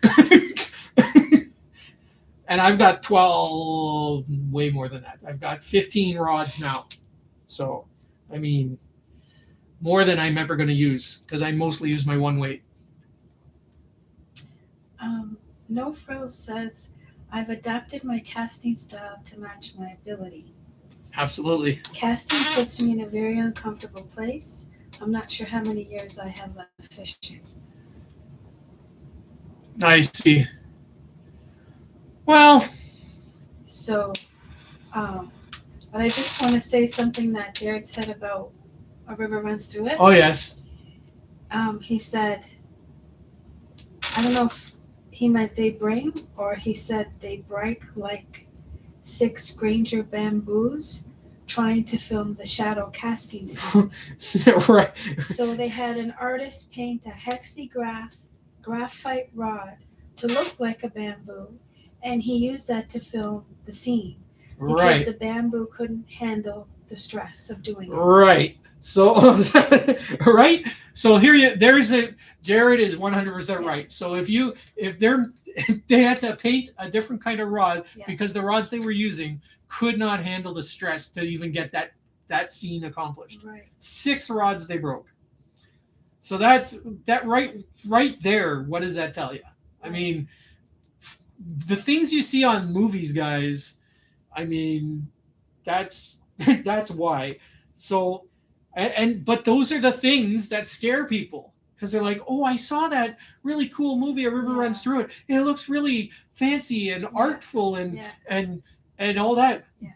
But they don't know that it took 6 rods. Like I didn't know that. Right. I can believe it now that Jared told me that. I absolutely believe him because seeing that what they're trying to accomplish there. Yeah. And the other thing is like, you know that scene where Brad Pitt is he hooks into that trout and he's in the water. He's going in the water. He's under the water. Yeah. That's not going to happen to you. That's never going to like it. Did it make for a good view on film? Sure it did. Yeah. But is that going to happen to you? No, it's not. Correct me if I'm wrong, guys. Feel free to say I'm off. Yeah. You know, if I'm off. I mean, I'm sure some of us have gotten into some sticky situations. Yeah. I'm not denying that, but at the same time, that going under the water to hold your thing and that's not happening. Yeah. Come on, like that's a movies, right? Mm-hmm. But you gotta. People have to. But that worm can thing, that the Hillsborough coffee, that's a thing. That's a thing. Yeah. I've gone fishing with guys. Oh, you want to go fishing? Yeah. Okay, we're gonna go fishing. You got a rod and everything? Yep. Okay, and I get there. I don't know why I thought they were gonna fly fish. No, they're not fly fishing. They bring worms, and it's like, yeah. Okay. So that is funny. That is funny. The thing that what drives me the most nuts is when you're. I know I'm not even tying flies now. Now I'm just talking with you guys. You invite somebody to fish with you. You say, hey, let's go fishing. And what you have in mind is getting up at 5 or 6 in the morning and going and spending 12 hours fishing. And they think you're going for 10 minutes and then going to go have lunch and a coffee. And it's like, no, that's not what we had in mind. Like, we're going fishing. We're going to fish. And catch fish, and we're gonna bring a lunch, and we'll eat it on the shore and eat it. They want to go to Burger King and have a burger and say, "Hey, I went fishing for 5 minutes." No. Jared also said another fun fact about A River Runs Through It. On the fish fighting scenes, they weren't fighting fish. They were milk jugs filled with water floating downstream. That's why the fish are always fighting downstream. I knew it. Jared. See, this is why I like Jared so much. He's got, you know what? I guess I'm a bit of a River Runs Through It nerd because all these facts are they're just like. I don't know if it's a good thing though because I really enjoy that movie and now I'm gonna probably watch it in a different light. Yeah, probably. Now I'm gonna be like, oh, really? They're like, they're not really doing that, or I'll see like he'll cast out the shadow cast. And I'll be like, see the rod snap in my head, and it'll be like, hmm. But yeah, I probably not. I'll be all right. I'll be all right.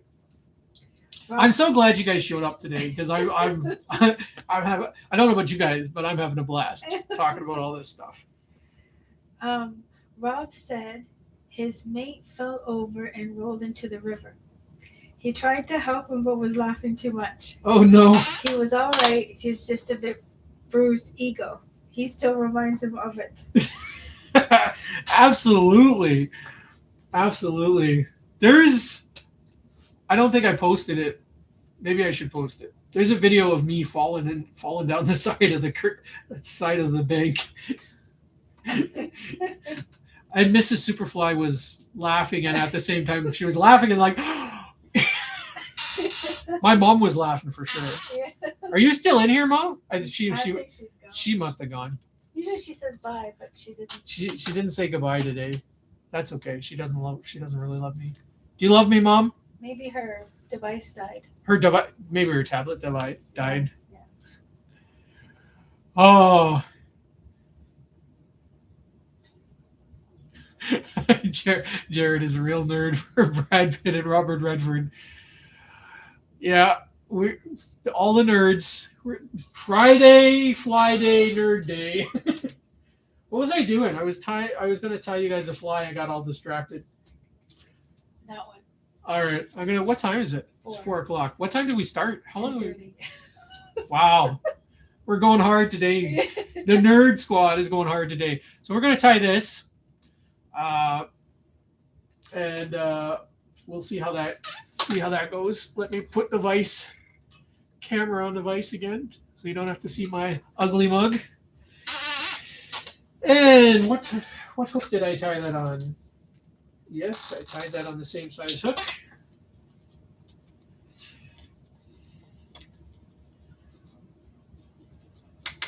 I could start a tackle shop with the amount of hooks I have, and I still don't feel like I have enough hooks.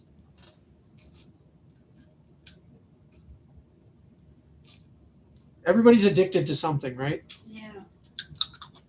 I'm addicted to fly tying materials. The Mrs. Superfly wanted me to say I'm addicted to the Mrs. Superfly, and then I'm addicted to this. That's okay. I'm used to it. Are you used to it, honey? Yeah. By the way, guys, the Mrs. Superfly's tickled pink that you guys give her so much attention when we have these little live sessions. Well, I mean, I'm reading for you because you're tying, and I can read the small print. You can't. Absolutely. So No, I'm tickled. That's why I'm Listen, here. listen. I'm tickled pink that you're here. Trust me. I can't do this alone. Any real man knows he needs a good woman by his side.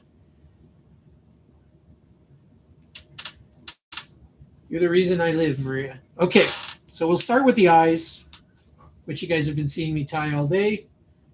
Melty, melty. The fire. I always enjoy working with fire.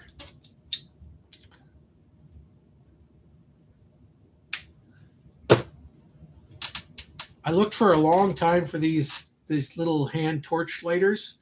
I have lots of lighters, but I looked for a long time for these adjustable torches, and like for over a year I couldn't find one because I had one and then it ran out of fluid, and then I tried to refill it and I broke it, and then it took me over a year and a half to find a new one, and then when I did, then they were everywhere.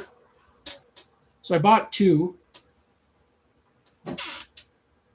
and hopefully I haven't had to refill them yet, either one of them, but hopefully when it comes time to refill it, I won't have troubles. I have the fluid to refill it. I'm sure you guys don't care about that. Like, hey, Superfly, why are you talking about refilling your lighters? This is a fly tying channel. I don't know, guys, because I'm crazy that way. Oh my gosh. Okay, so I'm just going to take these eyes. I'm not going to put them on right yet. I'm going to put them off to the side. And now I need to look for a pink piece of wool, which is right here. And I'm going to light the tail on fire. Fire. Then I'm going to just rub it in between my fingers so that it ties it in like that.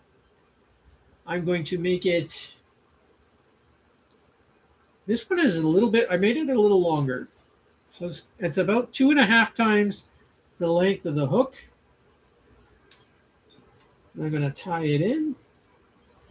Da, da, da, da, da, da, da, da, da, da, ta-da!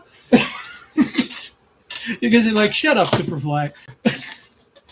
Superfly losing his mind on a Friday. I was supposed to be cutting grass this afternoon for a very dear friend of mine, but it rained for 2 days, so his lawn is soggy. So that's why I'm like, nope, Friday Flyday it is.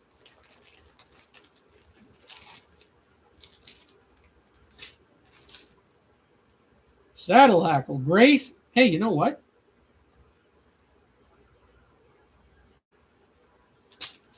Rob or Maddie or Jared, that gray ghost. Are these the saddle hackle, the gray saddle hackle that they used in that? I'm gonna have to double check. I got a gray saddle hackle here. Wouldn't that be something if I do have? Hey, maybe I do have it. I might have to make a gray ghost. I also have some white hackle. I didn't even know I had white hackle. A friend of mine gave me this bag with all these materials, and I don't often go through them. This is the hackle that I made that fly with. This hackle here. So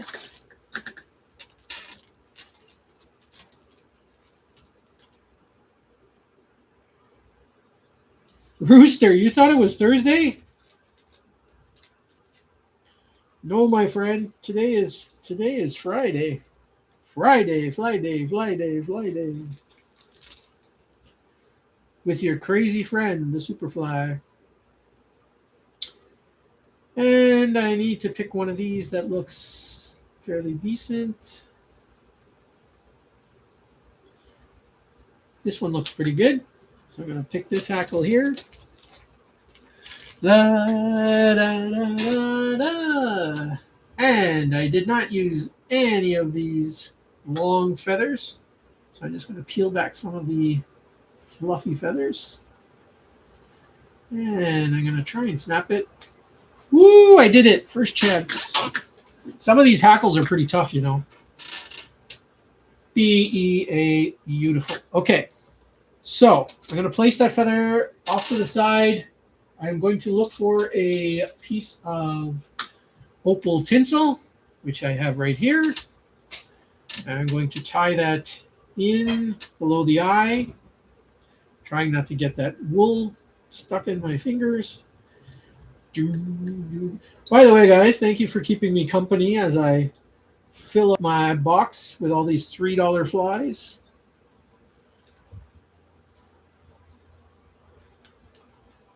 Hopefully I'll be able to sell some of them.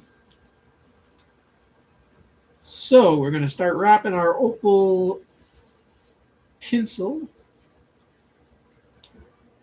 And I'm going to go back and forth a couple of times as long as I can.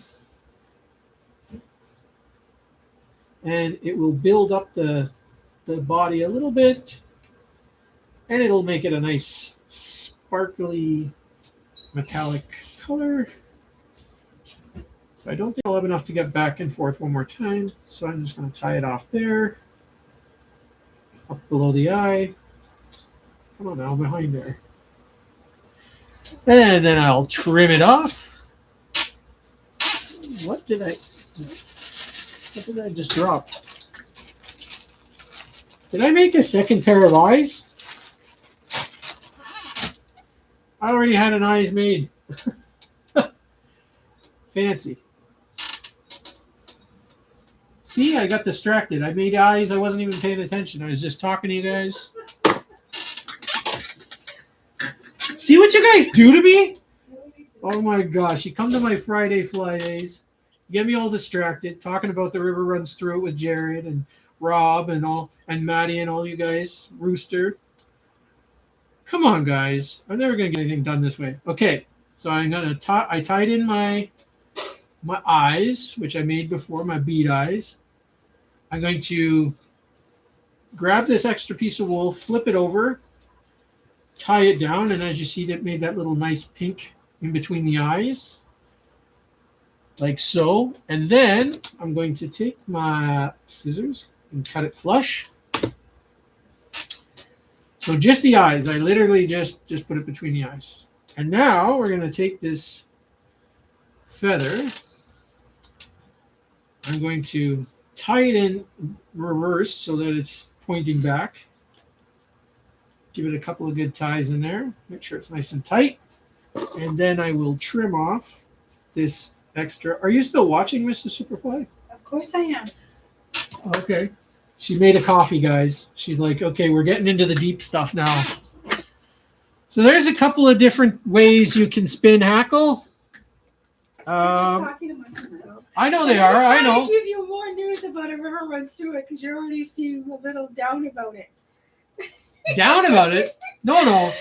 He said the river they fished was it really in actual fact is called Gallatin River. Okay. The little Blackfoot is fictional. In the film, they call it Blackfoot. Oh, they don't have a. You mean there's no little Blackfoot? He said the little Blackfoot is fictional. No wonder I couldn't find it on a map. Okay. And Rob says, if they bring back Mastermind, Jared's speciality subject will be Brad Pitt, featuring it. Hey, Rob, don't kid yourself, man. He knows. He even met some of the I think it was the grandson. I'm sure Rob knows. That's why he's teasing. Yeah. Okay, so there's a couple of different ways you can go about spinning hackle. I've got this clipper. Oh, I've actually got three different. I got the old metal ones, which I don't like because they slide. They always seem to slide. I don't know, even though they got a heavy spring on them. Then I got these ones, which are pretty good. They actually clip down and pull the hackle in. These ones are pretty good. Or you can always hook them with your hemostats. And as a matter of fact, I won't use those hemostats. I would use my tiny hemostats, which is what I use when I do that. So I have three different ways to do it. So for today, I'm going to use the hemostat method.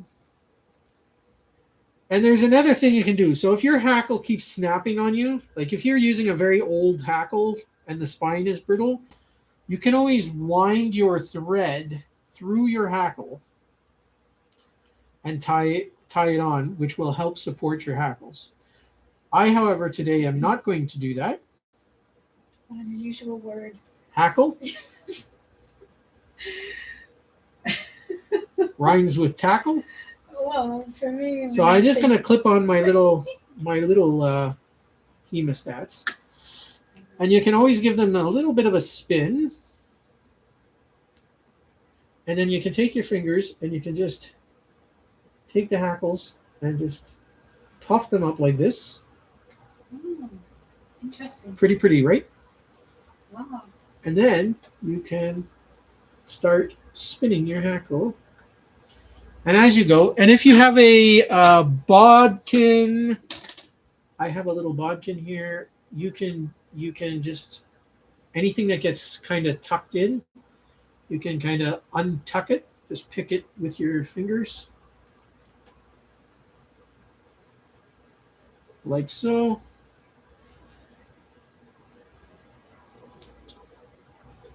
Julie? Yes, Mrs. Superfly. How did you know what all these tools were for? Is it because you watched people make flies or you just figured it out? Good question, huh? You know what? That is an incredibly good question. Over the year, you know what? Some of them I just so like for example this hemostats here, these little small Well, hemostats. that I know. I just thought, hey, you know what? It'd be easy to clip down on your hackles and be able to do it. I know, but like that other thing that you're holding The to bodkin. separate, yeah. Okay, And so then the bodkin, this my grandfather left me this, Okay. my opa, Okay. and I don't know what he used it for, but basically a bodkin is just anything with a sharp point that you can pick out feathers with or furs.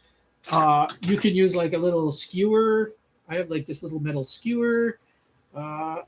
This, of course, I use this the most because my grandfather gave it to me. I just feel connected to my grandfather. Sure. So I like to use that.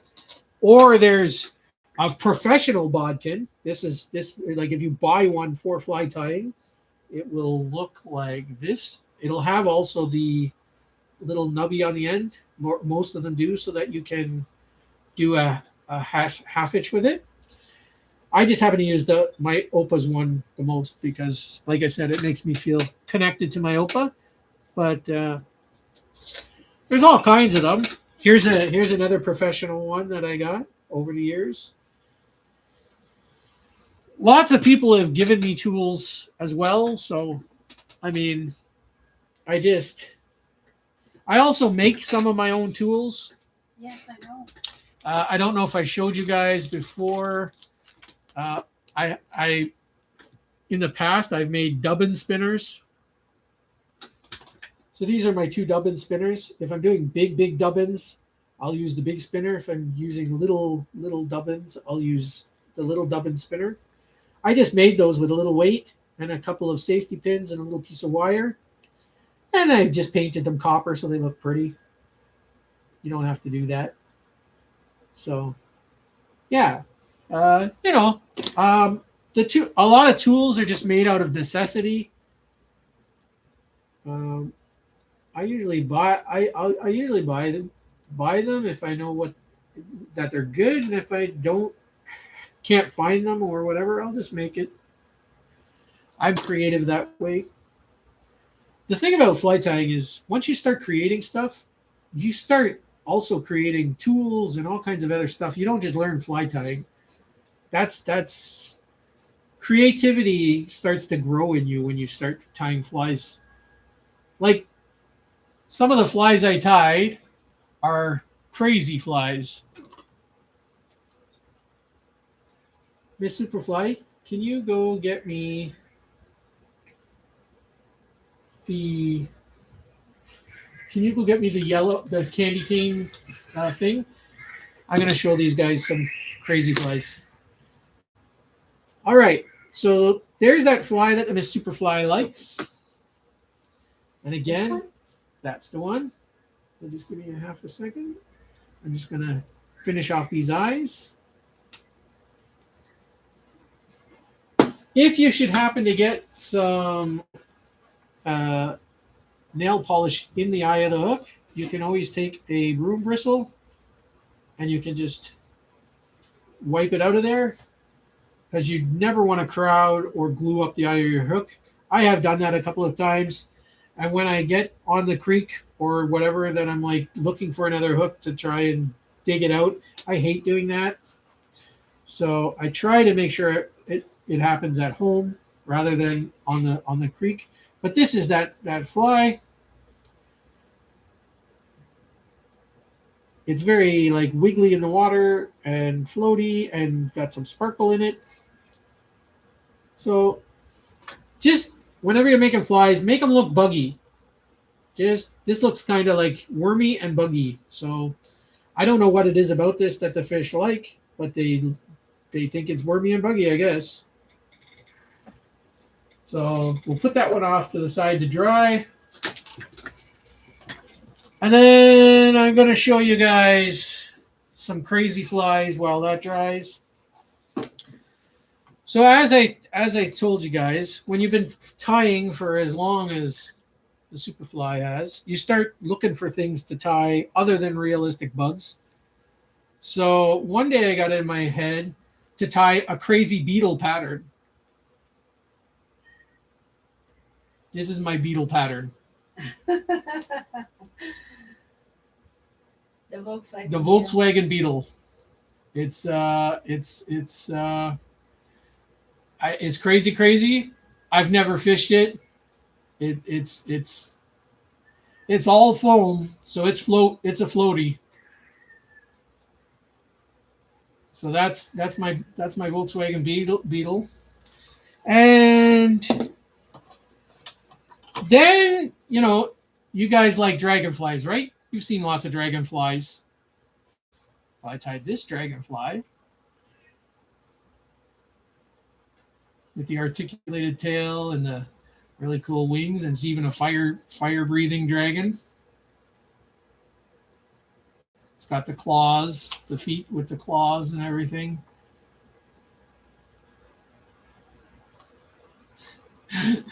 So that's a dragonfly. And around Christmas time, I tied the candy cane rapella. So it's really wiggly and candy cane-ish.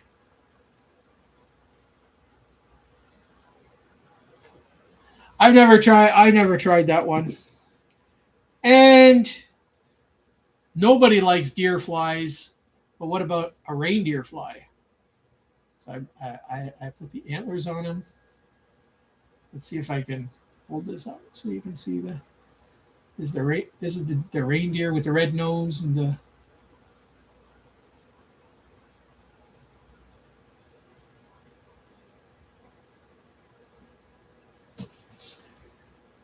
what else do I got in here? Oh, at Easter I tied the bunny fly. The little Easter bunny fly. No frost tied a hedgehog spinning deer hair. Oh yeah. Hedgehog spinning deer hair. That'd be cool. So here's one that I actually wanted to. I should tie this over the weekend. I know I have one, but I'm not going to fish with the original. I never fish with my originals, guys. I always make a duplicated fish with it. But this is the candy cane hopper.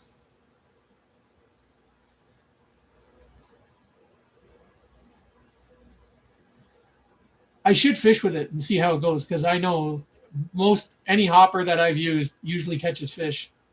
So I should fish with it. What else do I got in here? I got the Christmas tree fly.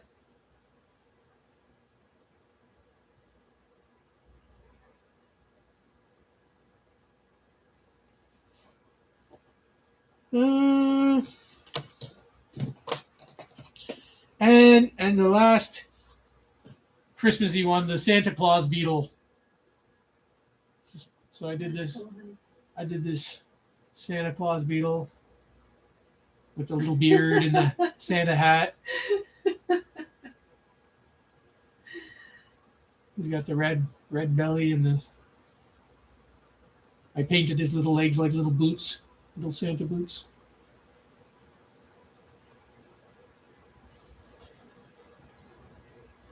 Wow, so, yeah, did you read about Bob's? I did. Wow.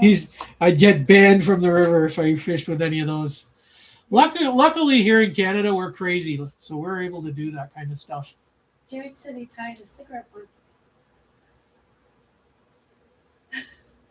There's like a candy cane game changer. And what else? I got one more in here. This is the candy cane bumblebee. That's cool. But he's all Christmassy colored out.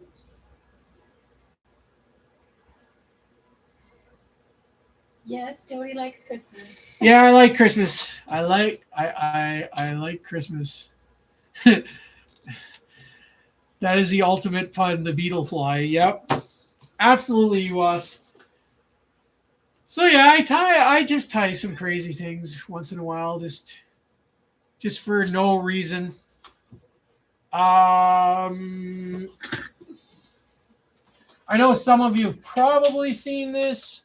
I haven't brought it out in a couple of weeks. Show you guys the female scorpion with the babies.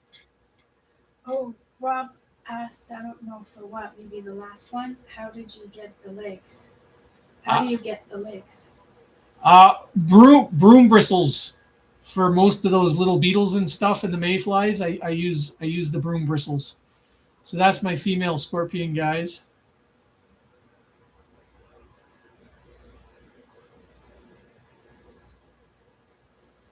This was a 3-day tie because I had to tie all the little babies individually on pins and then pin them and glue them in.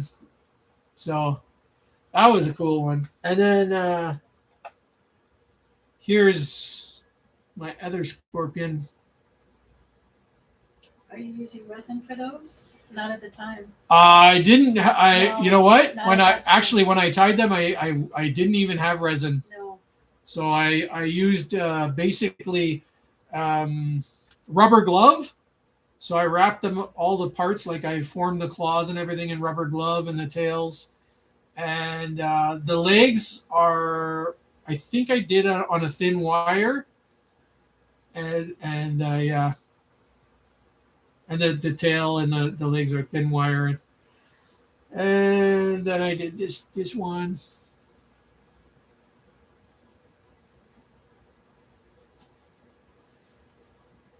Yeah, I've tied some scorpions. I like scorpions. I think they're kind of cool. And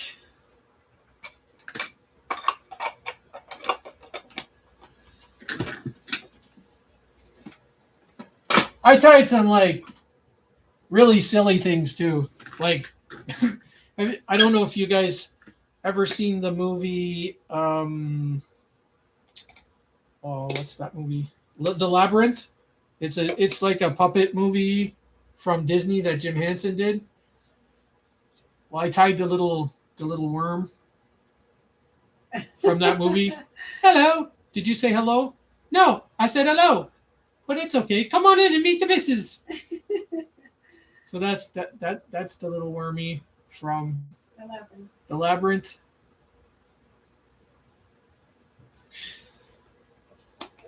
I just did that for fun. Sometimes I just do crazy things because I'm crazy that way. I have a necktie. Oh, there goes my bottle. Let me see. Can I get my necktie? Which one? The one that's the tie. The actual tie? Yeah. Can you reach that, sweetheart? Oh, she's my hero. Okay. So I made a necktie with a spider. This is a black and yellow. That's hard to see. Yeah. It's a bit hard to see the spider just because the glare is. Let me see if I can get the glare off there a bit. Actually, you made it worse. I made it worse. Anyways, this is a tie. I can wear it. It's got a pin on it. Well, that now you can kind of see it. Yeah. And it like wiggles in there. Sometimes I go to Walmart and freak people out.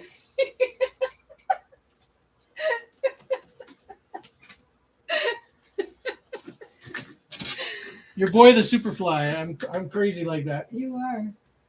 I'm crazy like that. So yeah, I do kinds of things like that. I don't know if that's gonna stay on. You'll have to fix it after. I don't know if it's on right. You'll have to fix it. Honey. Yeah, I'll fix it after. I think a fly that looks like Jimmy Superfly Snooks is in order. You don't know what that is? I'm not sure who that is.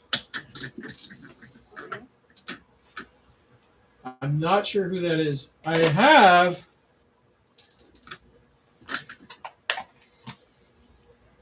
I'm gonna. What does he want to borrow for interviews? What does that mean? Can I borrow for interview? Oh, the tie? You want to borrow the tie for interviews, Rob?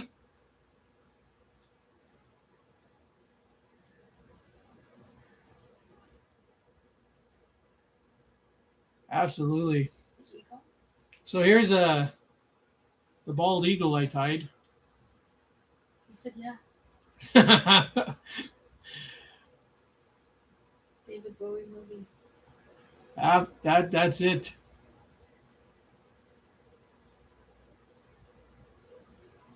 So that's my bald eagle that I tied.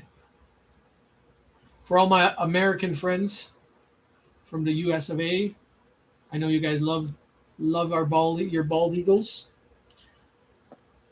Hey, I haven't shown this off in a while. If you guys have gone to my community page, you've probably seen this. This is the Yoshi fly I tied for Bay 8. The Yoshi.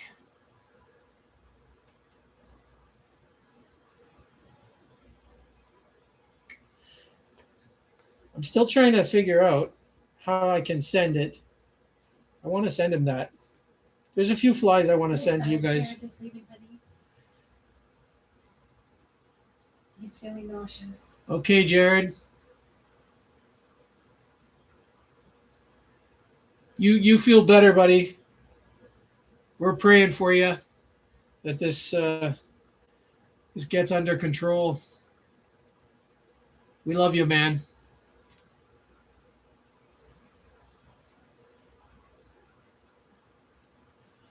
Yeah, guys, go check out.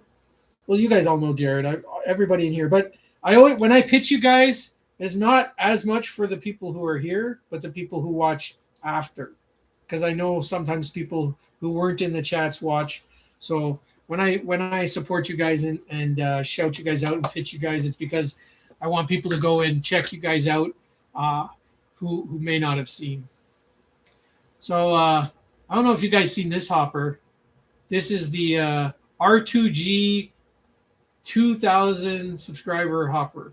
Yes. So I made this for release to the grease when he reached 2,000 subscribers the other day. And I fished it on Tuesday. And perch were coming up. I don't often have perch come to the surface for flies. But every so often I make a fly that the perch will come up and take. And this happens to be one of those flies. So that's a really cool. It's got a little wiggly bum. I made an articulated bum. Oh, and by the way, I've tied a lot of hoppers, but I've only really recently tied the articulated bum style.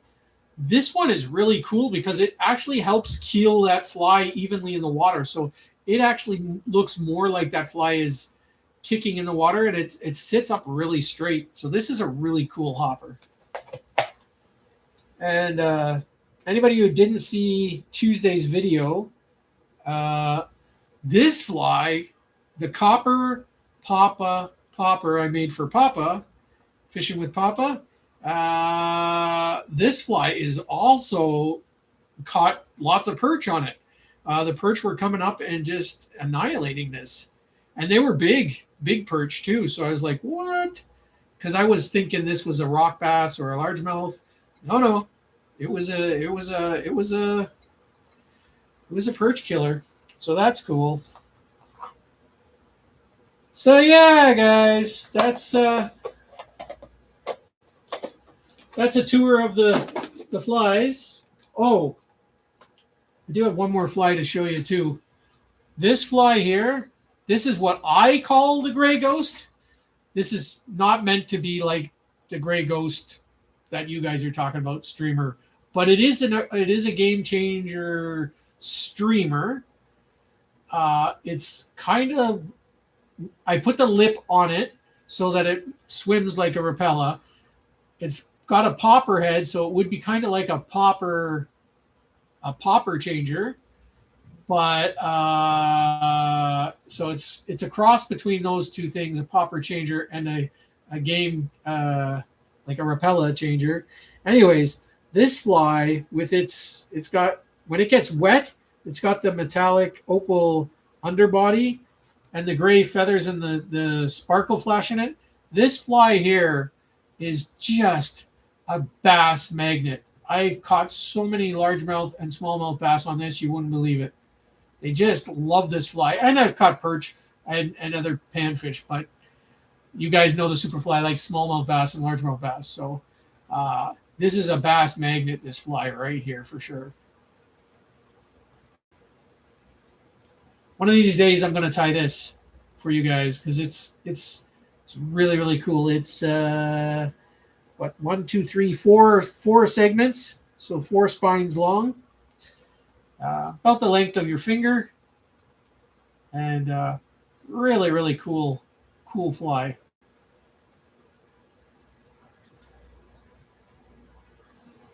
Who was that WWF wrestler from the 80s? Oh, the superfly he was talking about, the Jimmy Superfly Snuka. That's what he's referring to. Oh, how did you know? I know. I know what he's talking about. Okay. Sort like now that he said it, I know that's what he was applying it to. Oh, okay. Yeah, but I never watched wrestling, so I would have never known that. Yeah, me either. There's only one wrestler I think I can. Well, two. I know Andre the Giant, Yes, and I know Hulk Hogan. that's it. But I never watched wrestling. No. Not even I only knew them because their names came up on TV. Yeah. I know like commercials and stuff, but I never watched wrestling, so I wouldn't have known that. Here's a cool little Yeah, it is. poppery bug. Yeah. Nice yellow underbelly. Have you swum with that? Have I swimmed with it? Sorry, have you Have swum I with it? Sorry. Anna. I might have swum with it. I have not fished with that. Oh, you should. Yeah. Interesting. Yeah. So that's Oh, this was a this was fruitful session. this was a fruitful. Yeah, this was fruitful. I got to show you guys some cool stuff. Wow. Lots of flies today. Lots of flies. Got to show you guys. Got to Got to make. some for the box, and I'll put that. This was the last one we made here. Wow. I'm gonna put that in a bag and then throw it into the box. So yeah, I've really enjoyed my Friday. You guys have made my day really fun and fruitful and exciting, and you guys are always welcome to join me. I'm gonna try to make Friday Flydays a regular thing, but I cannot promise that. So if I miss, if it isn't gonna be like Sundays. Sundays is the day where if you want to catch me, Sundays at 7, I'm almost guaranteed to be here. Fridays and Saturdays and during the week, they're gonna be kind of hit and miss. Like Jody's Fly Box. I usually do the Jody's Fly Box during the week. I'll do Friday Flydays on Fridays, and I'll do my fishing with the Superfly on Sundays. So, but I cannot guarantee all that. So just the Sundays. And if I ever do have to cancel the Sundays, I'll let you guys know well in advance. But the other ones are just kind of pop-ups. But I am going to try harder to get the Friday Flydays because I really want to tie flies more than once for sure with you guys. I really, like I said, I really enjoy that you guys come out and support me. You guys are amazing. I enjoy going out and being in other chats with you guys when I get to actually be more in the chat. So it's been fun. It's been great. And I'm up to 222 subscribers. So thank you to everybody who has subscribed. I really appreciate that. As you guys know, I've told you guys when we reach the 1,000 subscribers, I'm going to raffle the Jody's Fly Box off. So we'll be getting more names into that. I usually try and get your names in that on Sundays. I don't usually work on that during the week, so on Sundays I try to get people's name into the raffle. Making sure I didn't forget anything. Nope. I think we're good. I love you guys. Yes. Maddie and Rob, thank you guys for showing up. Jared, thank you guys. Thank you for coming. Iwas. Who else did I miss? Did I miss anybody else? So many people. Real, Monster came. I'm going back. Bay Bay 8 showed up. 8, Kid, Kid showed up. Bambi showed up. Rooster showed up. Mrs. Superfly showed up. Yeah, you guys are amazing.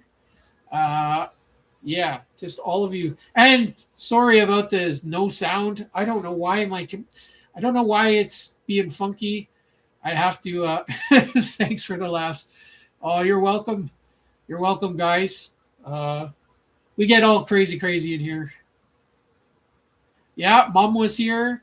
That's right. Rob, the mother of the Superflies, was here. Rooster was here. Yeah. So, and I'm sure there was a couple lurking that didn't appear, but they were watching. So, anyways, always fun. Me and the Mrs. Superfly. It's almost 5:00 here now. We're gonna put some food together. Well, I'm going to eat it. The Mrs. Superfly is going to make it. She's amazing that way. She takes care of me, guys. She takes care of me. So we're going to make some food, figure out that. And thank you guys for showing up. I hope I see you guys throughout the weekend in other chats. And yeah. So thank you all. I hope you have a great weekend. Yes. If you're free on Sundays, you know where to find me. If you haven't hit that like and subscribe button, do it.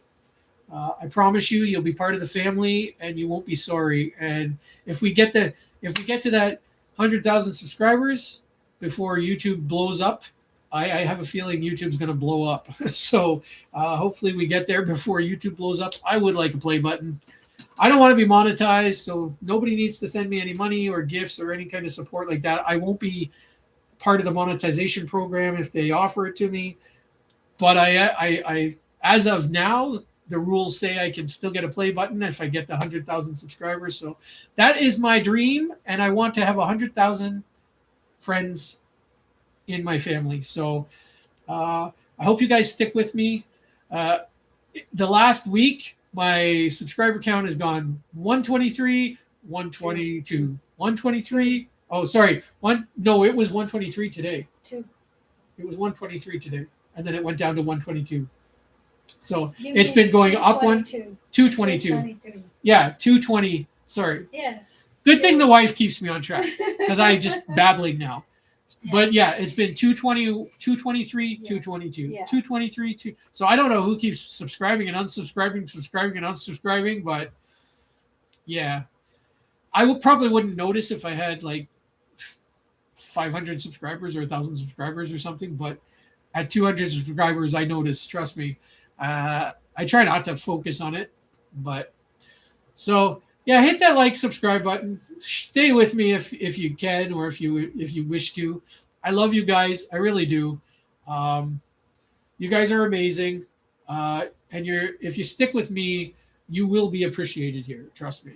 We do appreciate that you guys show up, and if you guys got ideas, let me know. If there's things you want to see, let me know. If I can't make them, it's because I don't have materials to make them. But if I have the materials, I will make them. If you guys have bug pictures you want to say, hey, Superfly, can you make this bug? Let me know. I'll make it. I'll find a way, like, for sure. So, anyways, gonna let you guys go. Gonna stop babbling. 11 SPD just came, but I told him we're wrapping up. Yeah. Hi, 11. We're just Bye, 11. hi 11. Bye 11. We're wrapping up for the day. Me and the Miss Superfly gonna go get some food. So yeah. All right, everyone. Well, you guys have a nice weekend. You know where to find us, and we'll see you out there. Keep your flies on the water, tight lines, fish on Canada or wherever you are from in the world, and we love you. Peace, everybody. Peace. Bye, everyone. Superfly out.